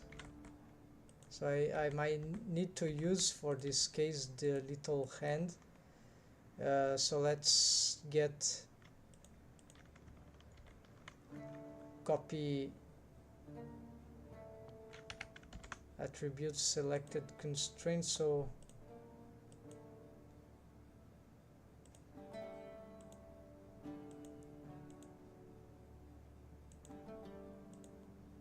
wrong, and this is also incorrect.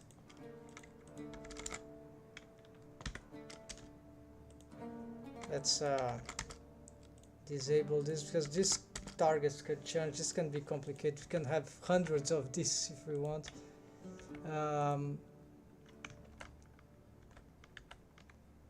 So something is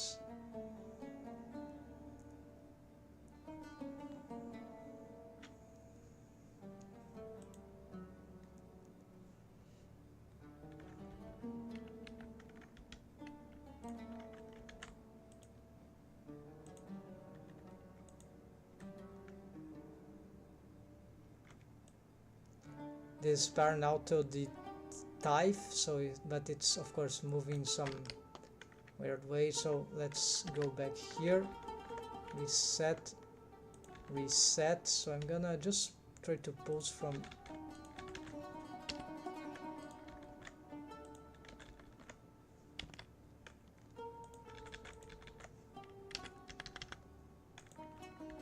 I know what I'm making here may apparently might not make any sense, but when I've already tested this, maybe not for animation, but for rigging, it's just that my rig here, I've implemented something else in the,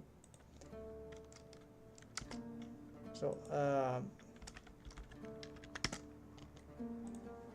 it's a pin thing for a dynamic target, which can be super complicated, and some will use riggers animator will use space switching, but I found a way that can sort of solve this in a very peculiar way. So here is the, not this bone, is the face target. Gonna use the custom space target local space. Oh, I have some limitation here. All right. There are some very crazy things going on.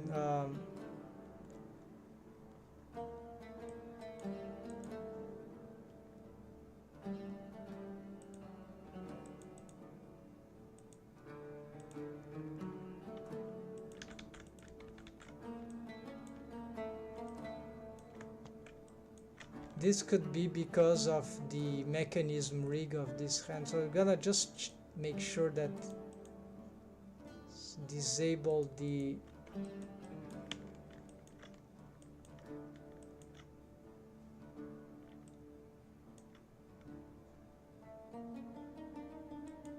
disable this, disable this and this. Oh, indeed, this was the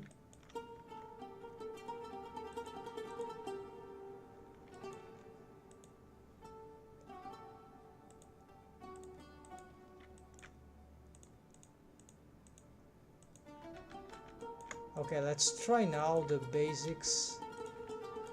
Back to here.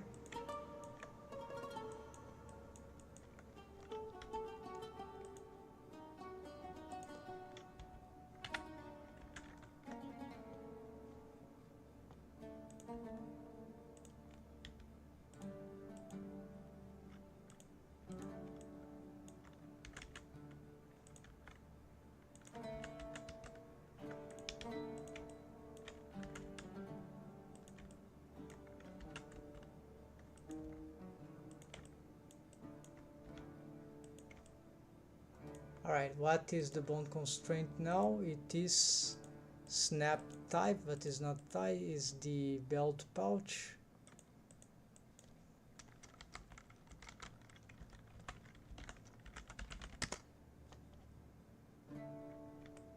Not sure. Okay, before original, no.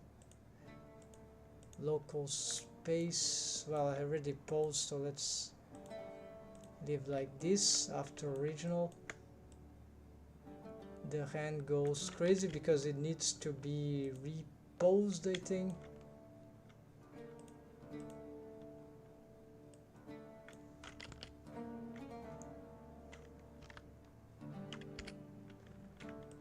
F and F. So apparently, no, this is doing no good. Oh, what I'm doing, this is it's the no, the target is the bone. That's correct. So we are not getting the proper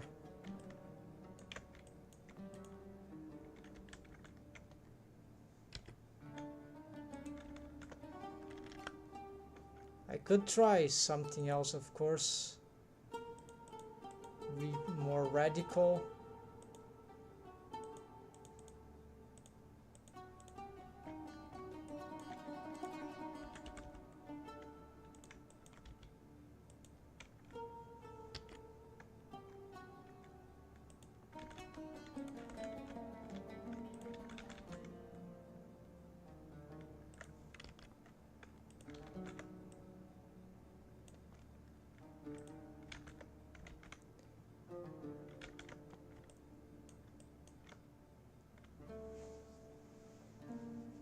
Could be that this bone, because of its parenting, it's causing all this stuff.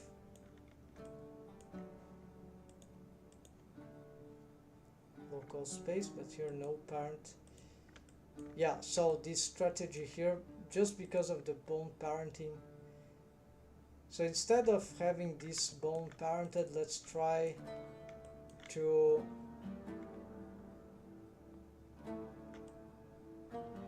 just parent it to, I don't know, the type, just a temporary setup, quick body, just here, keep offset. So maybe it didn't have a parent. No, I have parented before to something else. I'm just gonna delete this.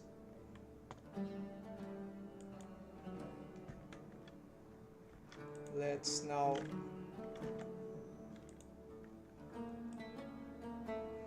okay, and so this, we're gonna bring this to the bone. Of course we need to pose it, so just do this.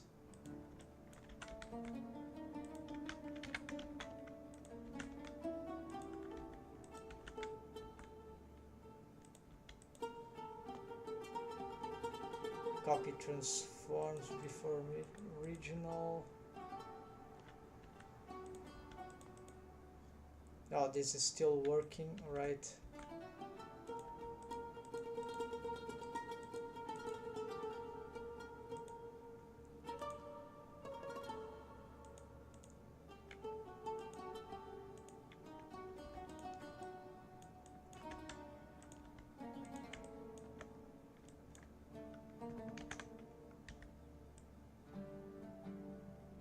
And then probably I'll have to pick the hand, Shift D F, Shift D F. So you see now it is found just the rotation is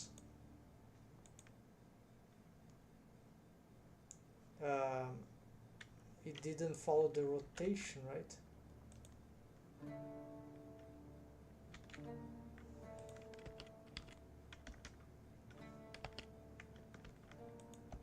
There we go. So yes, it was the parenting.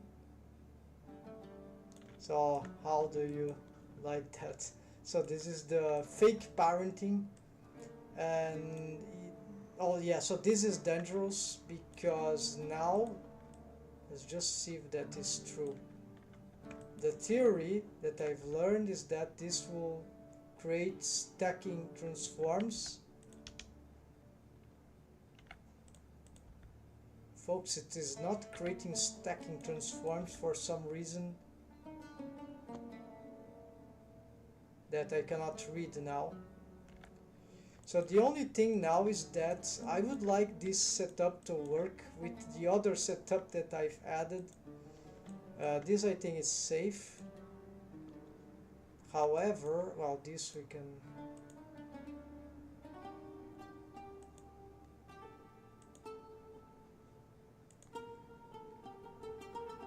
So I don't need this one. Yeah, so maybe I'll just delete this one. So this copy rotation is wrong. Let's get the mechanism bone here. This is the dangerous part.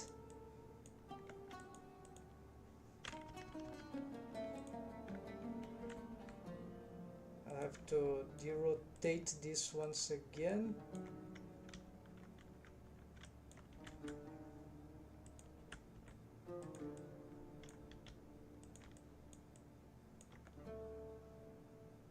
Let's Shift D F, Shift D F. No, we have some. Why I have to do double? It's like, take the summary maybe. No, the bone here, not from any, just the bone. Shift D, no,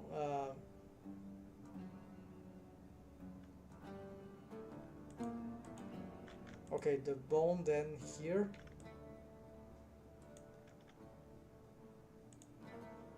Shift D, F, Shift D, F. And there's some strange interpolation of the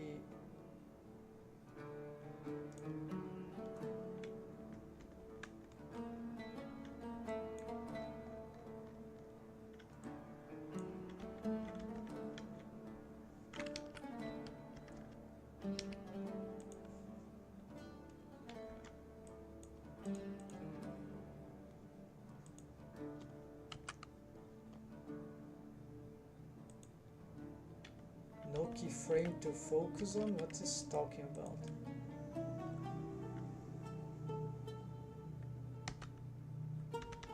Where is the bone?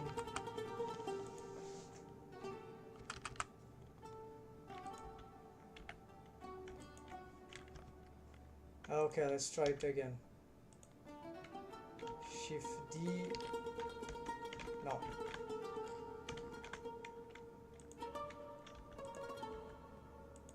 rotate and move. Shift D. There we go. No, there's still something. It's like there is. Oh no, this is because of the rotation of the bone. All right. So that is it. Then if we need to displace the arm, it's fine because this we can still pose it. So yeah, we can already use this, and let's see here what we got. We're gonna interpolate this. So yeah, the setup doesn't break with the perfect, or nearly so. The setup doesn't break with the dumped track, so it's just getting super complicated rig that works like not complicated as Rigify, but it has its own stuff, right? On quality. So here we got not this, so we're gonna now we can continue. All right, took a while, but this is very good confirmation. Why not? Right, let's make something different here. Passing position, touching the ground.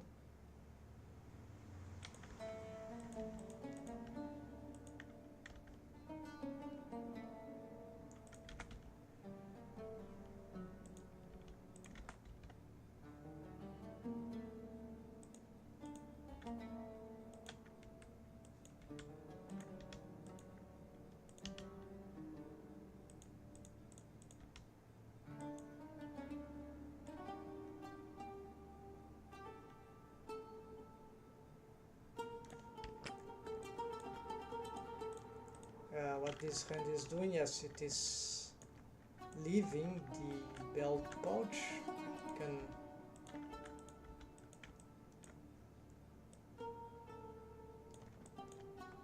Can do a curvature for that later. Here we have some issues with this arm.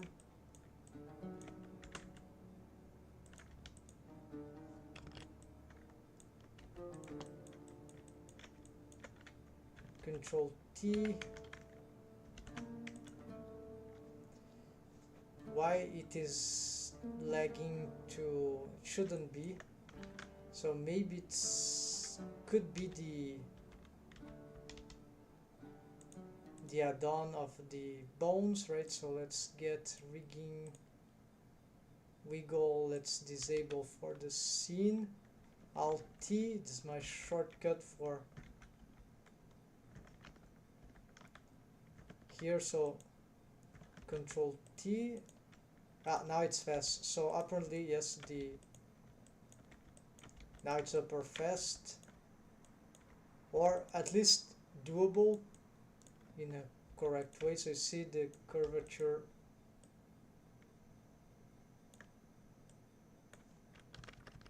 Yeah, so I like this idea of the arm going a bit inward. Where's the control skeleton? We can use this. Oh yeah, here the problem. Insert keyframes for everything here. Insert keyframes for everything here. T Bezier not working, so all T Bezier, select all, then here we select all, insert for now keyframe T Bezier. What is, still need to move this bone. Yeah, some bones will just not be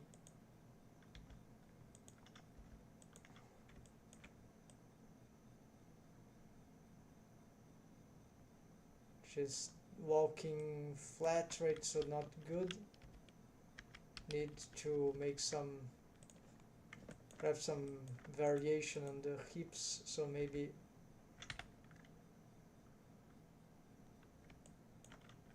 this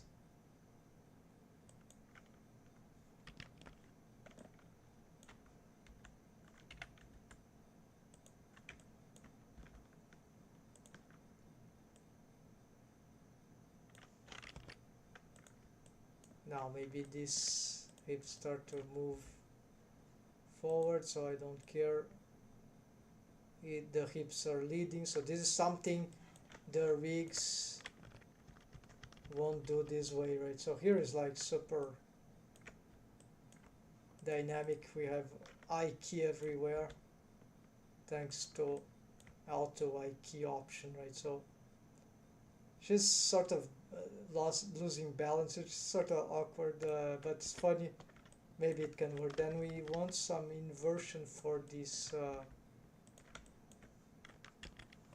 for here, or at least, yeah, we want this to lead. So G here, just, yeah, just a few bones here like this. And after this is achieved, she can already, okay, then here it's straight, so this is where you see the curvature, so this is where we will make this hand inwards, and there the curvature, and here we can, so this is why you need the simplest things you want to get the curvature, because in 3D it's difficult to visualize these arcs if they are not drawn.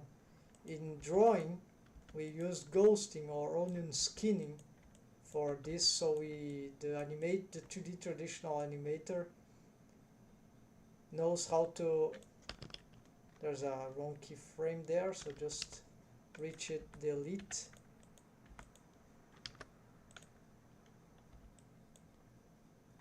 Again, something wrong here, I guess.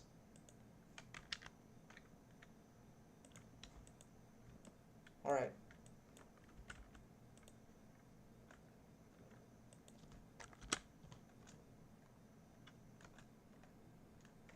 So very, very slow-paced animation in the sense of the production that I'm doing, but very, very accurate, right? Movement, nothing too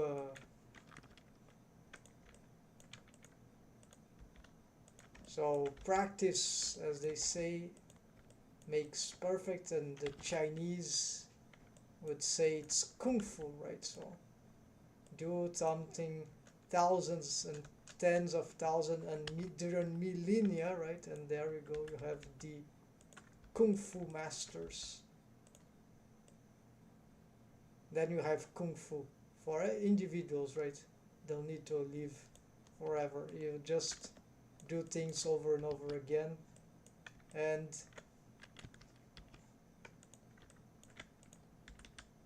repeating and improving, so start to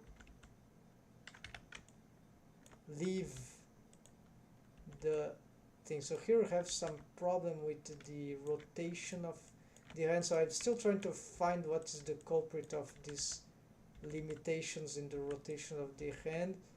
I suspect is the bendy bone rig that I've made.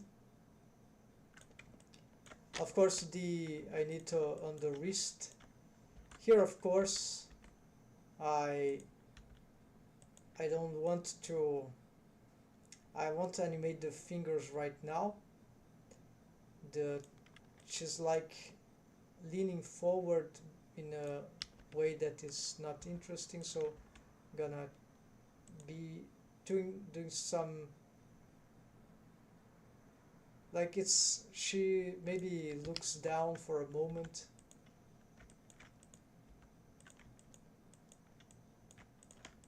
Yeah, the head is completely free to move here along with the whole torso. I can play with all that, it's fine. After this she can look to one side, and actually we can make some anticipation. Let's try this tool here, break down. I hope this time this will work. So breakdowner, yeah, so it's like this is a percentage, let's say about 36%. Start slow, no, 430, nearly strange. Yeah, this doesn't look like 36%. Maybe it's the. Okay, let's try again. Oh, I see. There is the. No, no, no. This is more complicated than that. Okay, so I choose the point and then I can. Let's try to do the complete inverse. So let's say I get 89 from 85 from here. What that means? Ah, I got it. So this is a fast in. Ah, that's how you use it. Okay, this is confusing. So there, but I know the concepts or animations, just that I couldn't figure out how the tool works, because here the interpolation doesn't show the keyframes. So the frames, interpolation frames. So it's confusing, but it will be clear if we get the again motion path, or should be clearer. But now there are too much stuff I don't understand exactly, but it will be in this frame range here, which all this then. No, this is fake. So there is the red then. No, it's not. The red is the past, so it's from 7 to somewhere here. All right, so to 9. So all this is happening here. We see there is an acceleration. No, it's not an acceleration.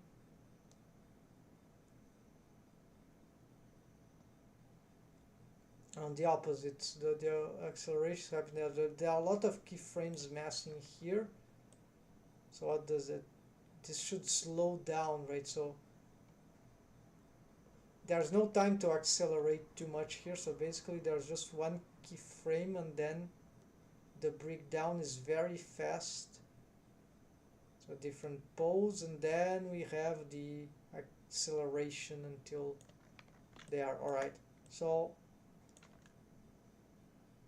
it's too fast, of course, so maybe we can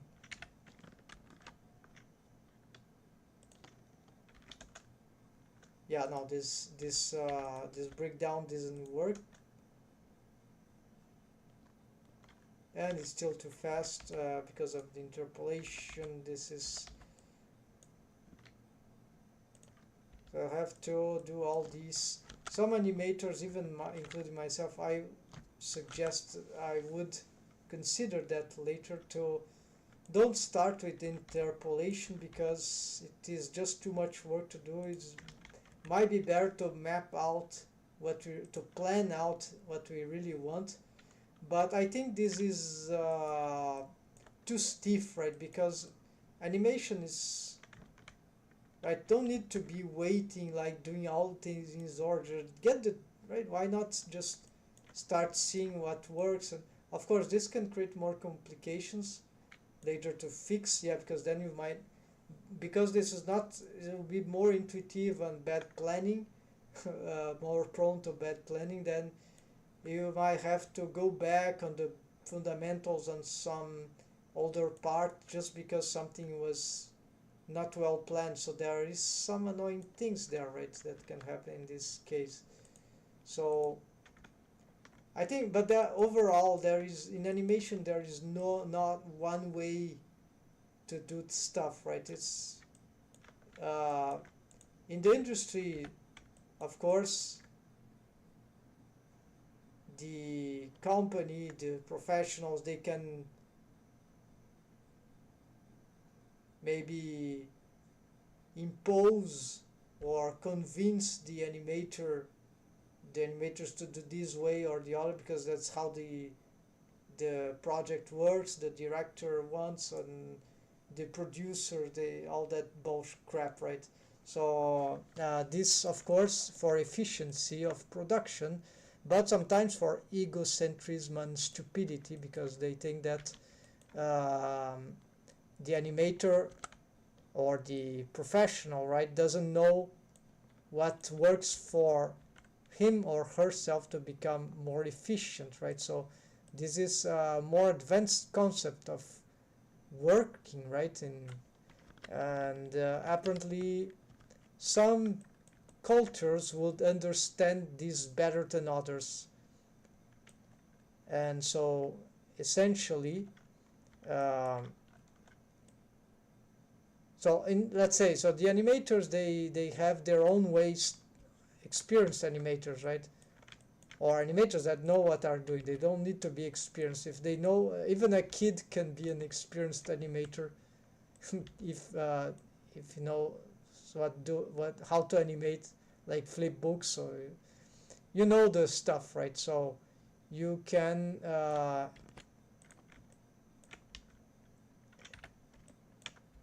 achieve more and better if you do what you already know. And if they're right, you don't need to adapt sometimes. Do you have the software or the project, the people adapt to your style of working, because it is better. It is just better than whatever bullcrap they tell you. So it doesn't mean it's not important sometimes to learn new methods. No, I'm not telling this. I'm just telling that when you know a method, right, that works for you, then all these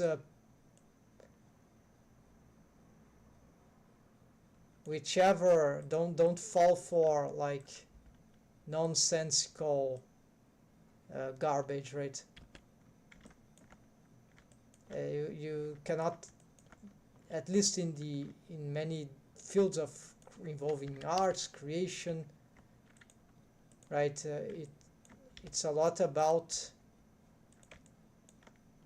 the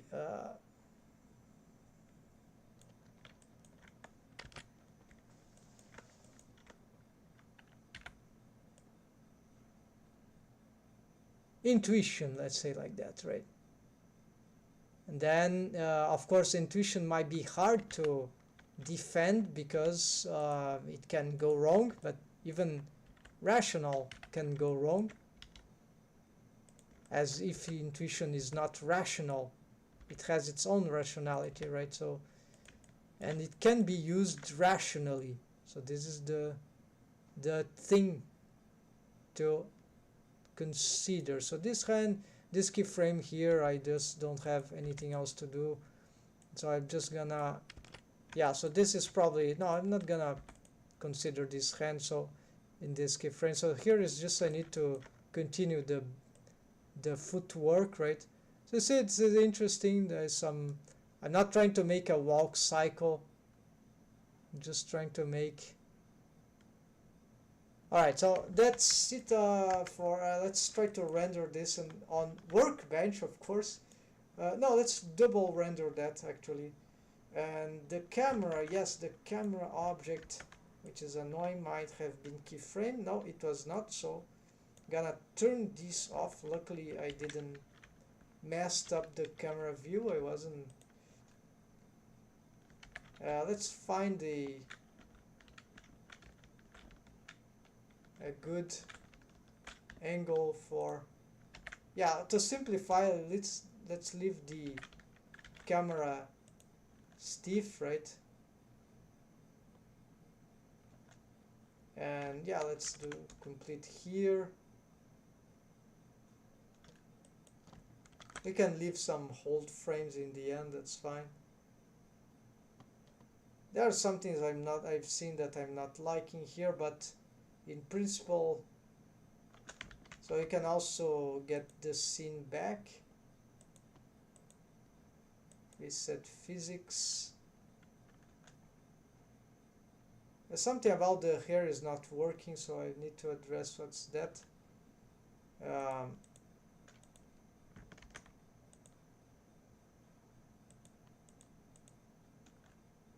So I don't know why the physics is not.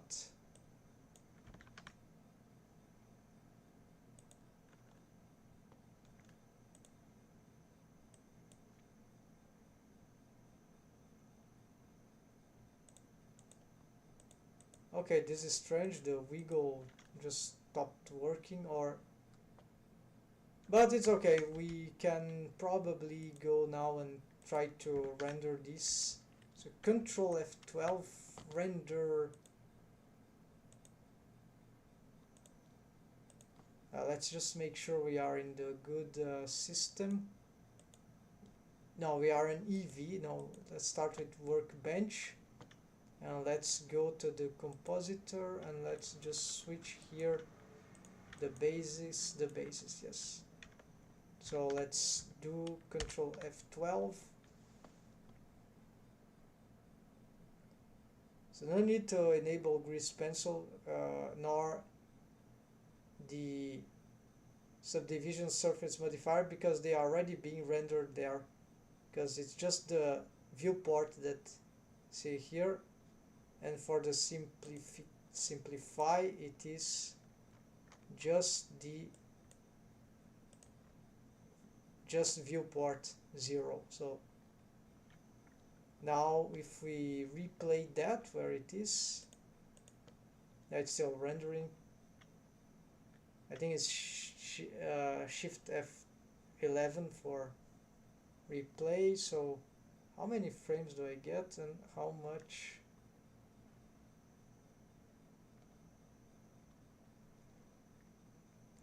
It's glitched. I can see where, but it should be ending by now.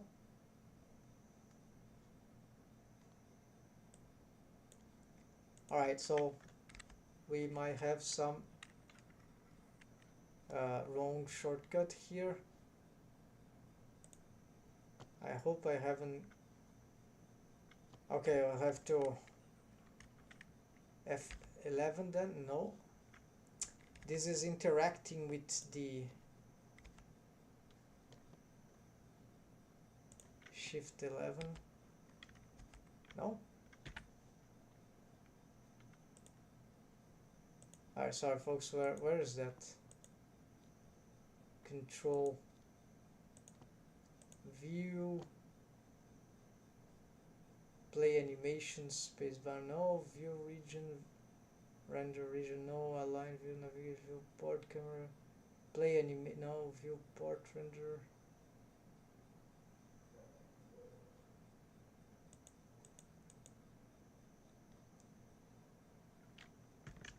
Object mode, where is the render view?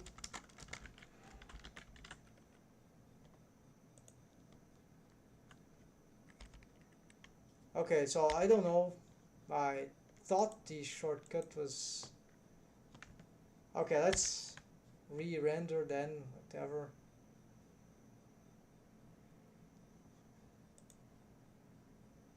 And just replay then. It's fast, so that's why I've glitched the thing. Alright, otherwise there is this viewport render. No, this won't be. Yeah, we could do that for. Oh yes, it's super glitched now. I hope that this graphic cards I think it's suffering, but it's rendering, so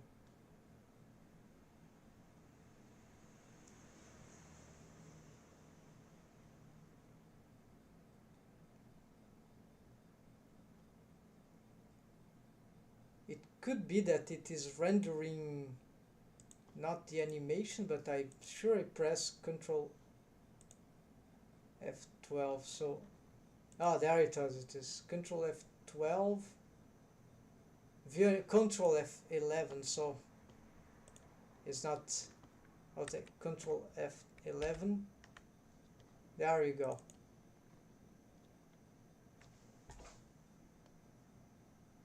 Yeah, so you see, this is perfectly feasible.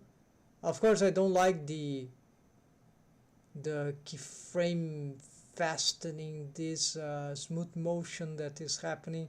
I want something more crunchier, like 2D animation. So I think it needs to be addressed, like, where is my, yeah, it's, this is stupid, right? Why I have this stuff here? Let's get custom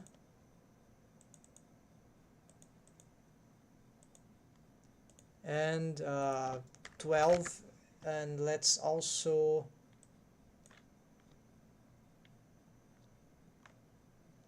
get another angle here.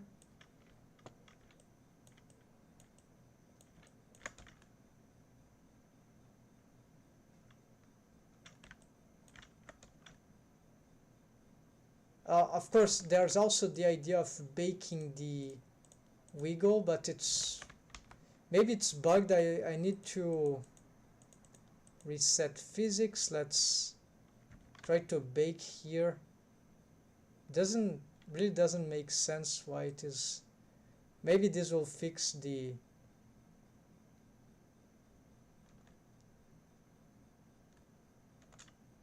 unfroze, and now it's unfroze. Okay, so apparently some bug. Reset physics in the beginning.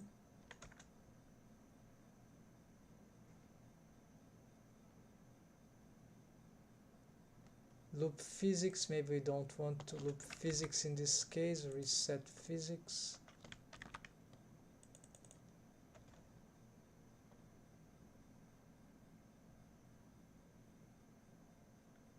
Okay, so let's just bake this. Should be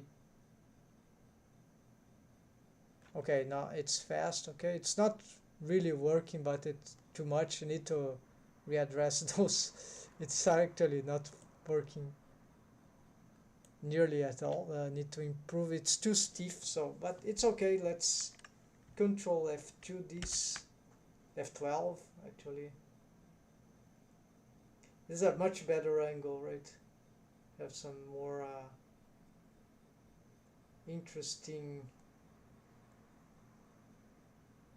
proposition here.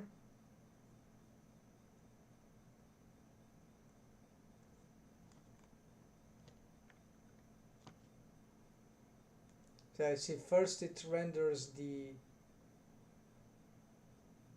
has multiple stuff, right? First it renders the bases, then it applies the compositor, then it applies the grease pencil with the compositor, maybe in between, I don't know. So first render, then compositor, of course. But the grease pencil line art comes, seems to already exist in the, okay, so Control F11. Okay, this is a mistake. I see it is slow motion, so this is very stupid.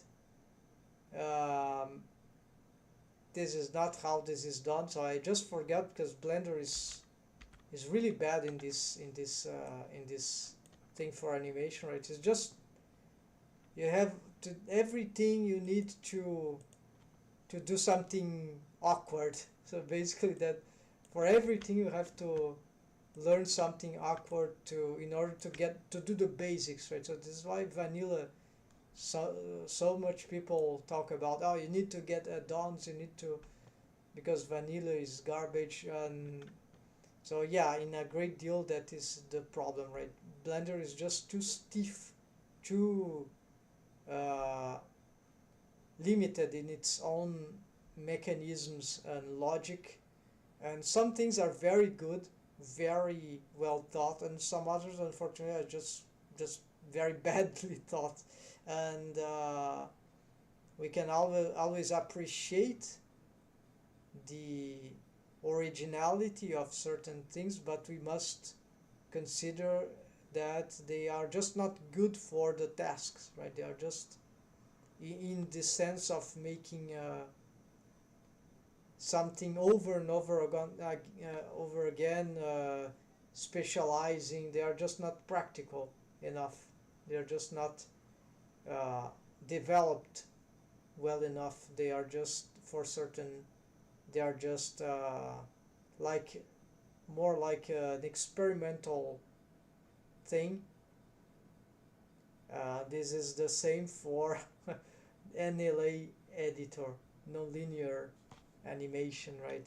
So it's like very, very bad, and it's not me saying, it's all the professionals there that no wonder why, and so people struggle to learn, and of course when they learn, some become evangelists for good reason, because if you have to use this stuff, then I even consider myself, well, maybe I should be animating in another 3D software, not Blender, because right, NLA is, I won't say it sucks. It does the job, but it's this kind of stuff, right?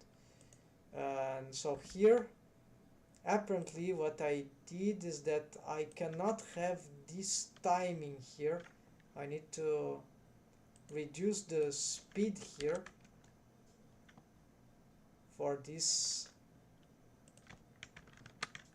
Blender won't adapt it immediately for, so it's not like other softwares. So you need to, there's another way to do that what I wanted, but basically I have to change the timing here with an action strip. Maybe I can achieve with a modifier, maybe.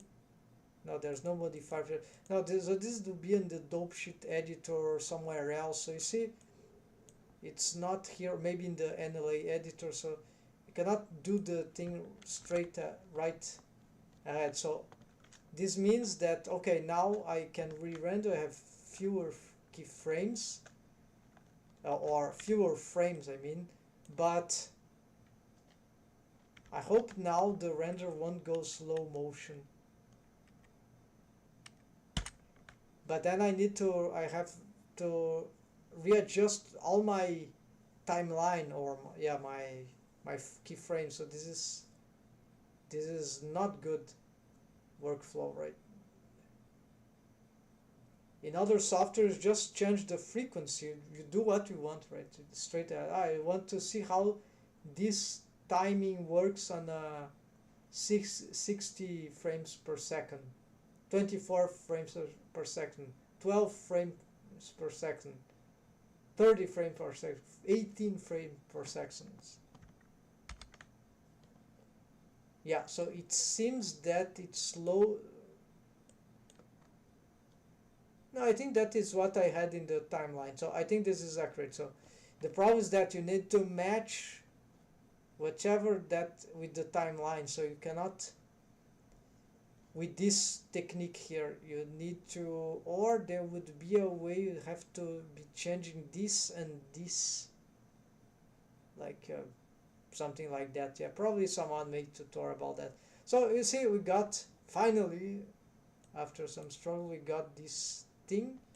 We can I save this? Yes, but in here, right? So save as walk. So bench Aisha 01 walk workbench walk. Yeah, so, and I did that because I want to really show how the render can look really cool, right, in animation. So you see that as a proof of concept. It's a bit sharper, more than I would expect, so I'm not sure what's happening. Maybe it's just the view player that is too small, right? That's why it is grainy. So now let's try another one. The last thing, folks. Go on the compositor, we go change to the EV, we're going to the compositor. Yes, yeah, I've got this thing wrong. So Shift F3 there many times. Gonna switch here and switch. This one will be nice, right? But let's try. Let's do the basics first. So also let's get, why not? Let's get the camera here and just try. Yeah, more like here. I don't like the frontal one, but the side one is also a bit complicated, so something like that maybe. And Control F12, this will not override because I've saved the, yeah, the choice here of framing very bad. I didn't see that. Let's cancel this. This is not so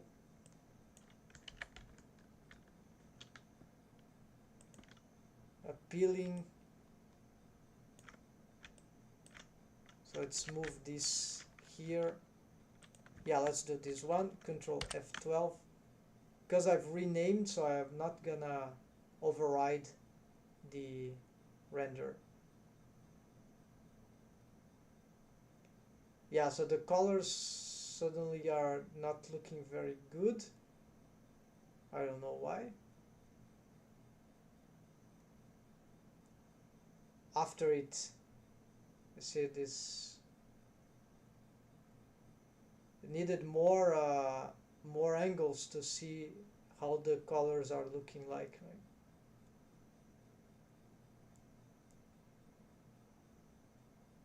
So this is good to keep working on this, not workbench, but now EV. And that's it. Control F11. Yeah, so here we see that the animation is not very nice, right? From this angle. And not only that, can't I zoom here? It's difficult to zoom in. Yeah, I think this is maximum. It's all very incomplete. Yeah, so the rendering here is not working. More work to do on this EV, so I'm not gonna even save that.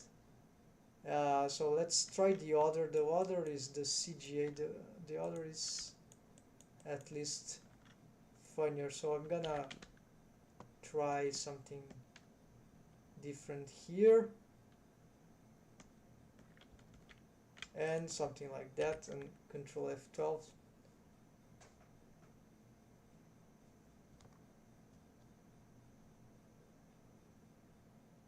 I don't know why it got cut like that. Oh yeah, because this is not the beginning of the animation. Let's return here. Alright, let's do this one, Control F12. And so this will be the last.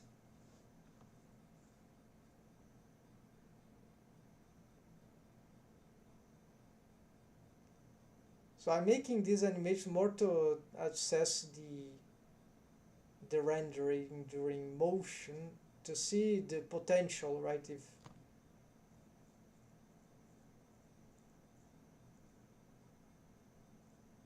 and the workbench passed the test, I think it's just the frame. It's just like 2D, right? It's mimicking in a satisfactory way. Not that this is, no, it's very far from 2D, but it is getting good results, appealing results. We see that it's clearly 3D. Yeah, you see how this is much better than EV, although it's EV, it's actually EV, but much better than the other one. Very exaggerated.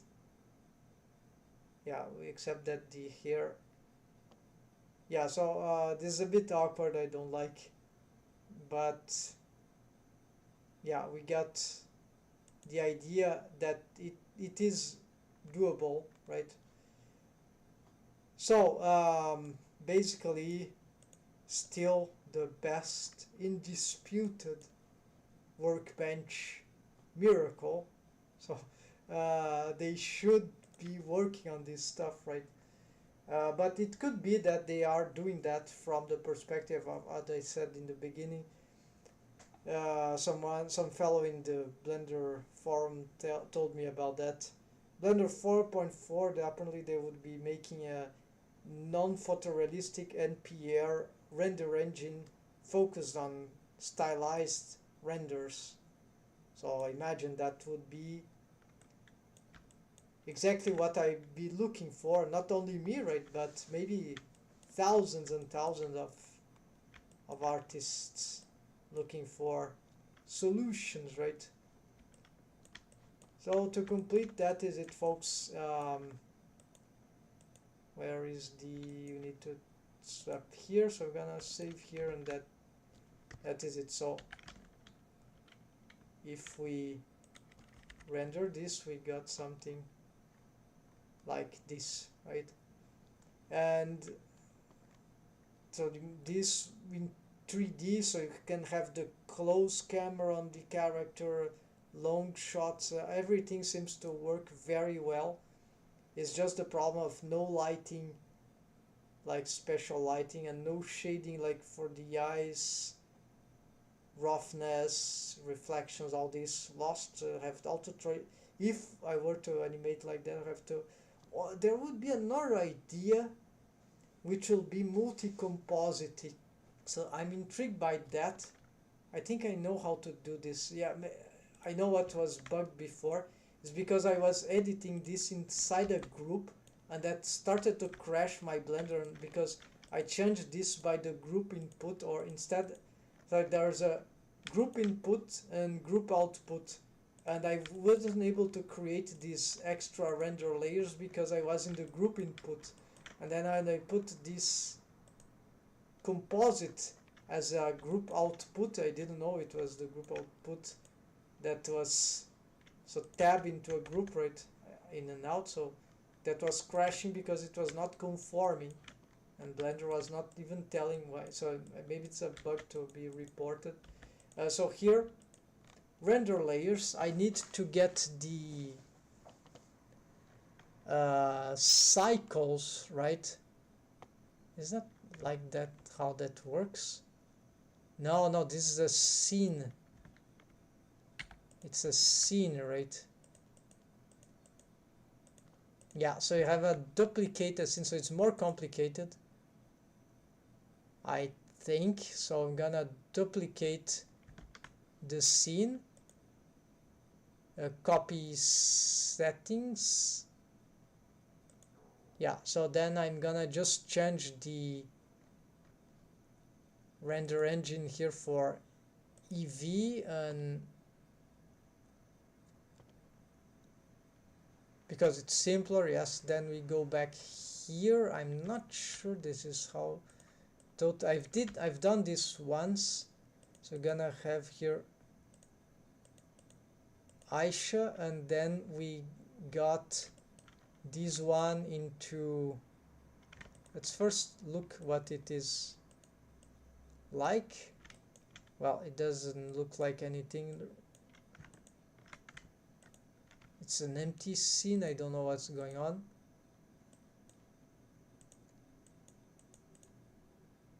Scene collection. Oh, it's not a copy settings. It's a mistake. So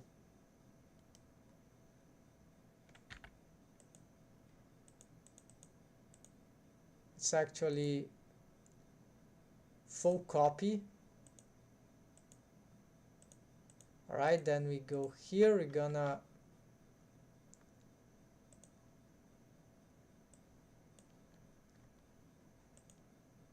okay, the character is there, fine. It's just that I'm not in the, okay, so EV, well, what's happening?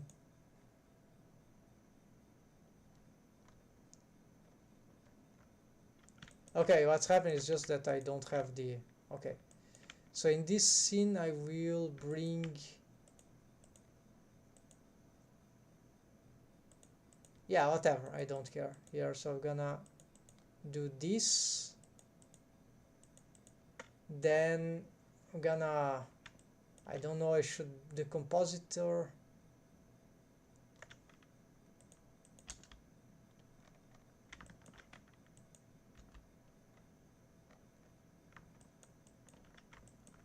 okay, remember this switch for EV. Alright, then go back here,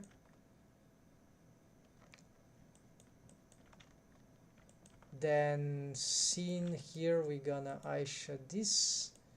I didn't change the side renders EV, I did, okay. So let's go back here and let's see how that looks. Strangely, there's nothing. This,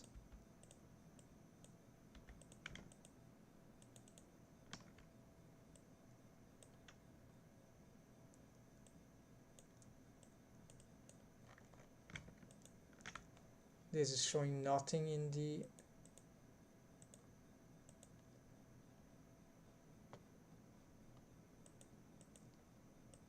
so starts the problem right there. Stuff that are not showing. There's no lights.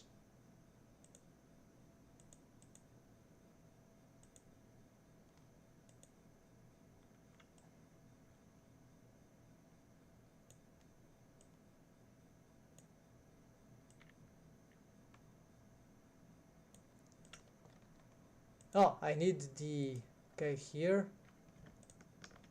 Ah, now it is showing, fine. So it was just a stupid mistake. So here, alpha over, so I'm gonna see what I need to combine here, right? So I'm gonna bring this forward right here, and I think this is alpha over, right? So I'm gonna just copy this and gonna get this one here, and I don't see any, need to check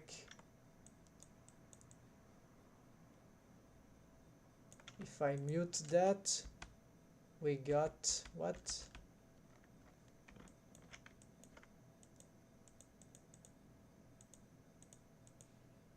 Yeah, so this is the,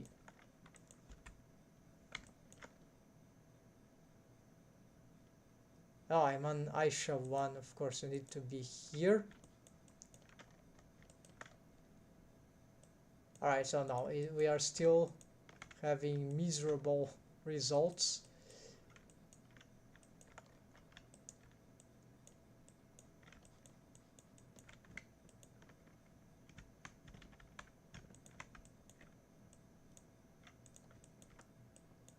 So it's indeed something here is not,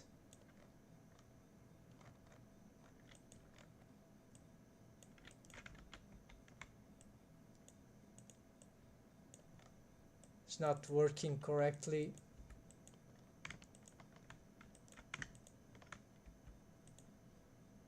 I think I remember I need to have the, it's the way backward, is the second scene which needs to be the lead one. So instead of having this here, Aisha 1, alright, then we bring this one as Aisha here, and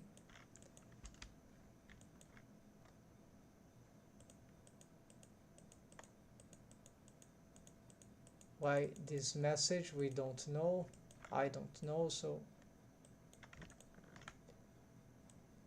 yeah, this is,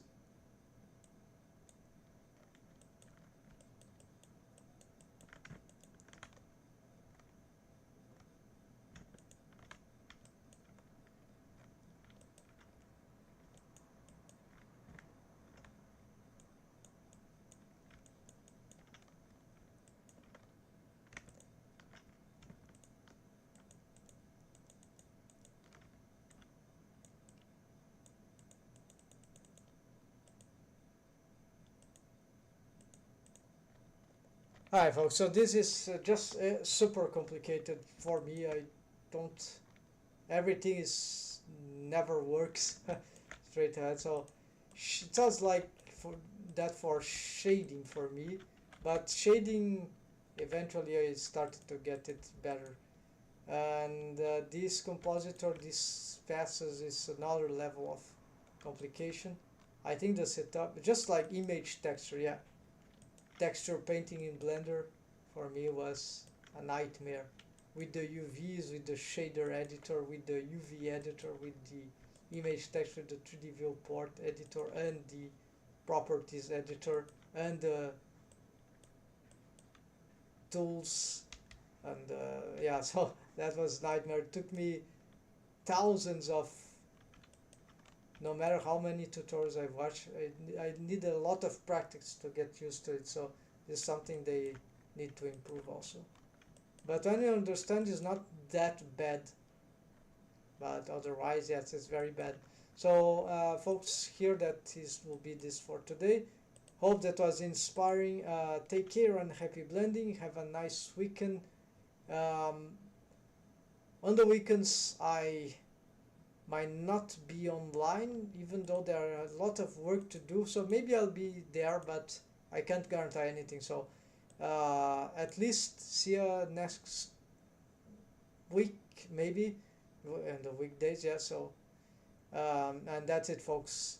Enjoy and happy blending once again. See ya, folks.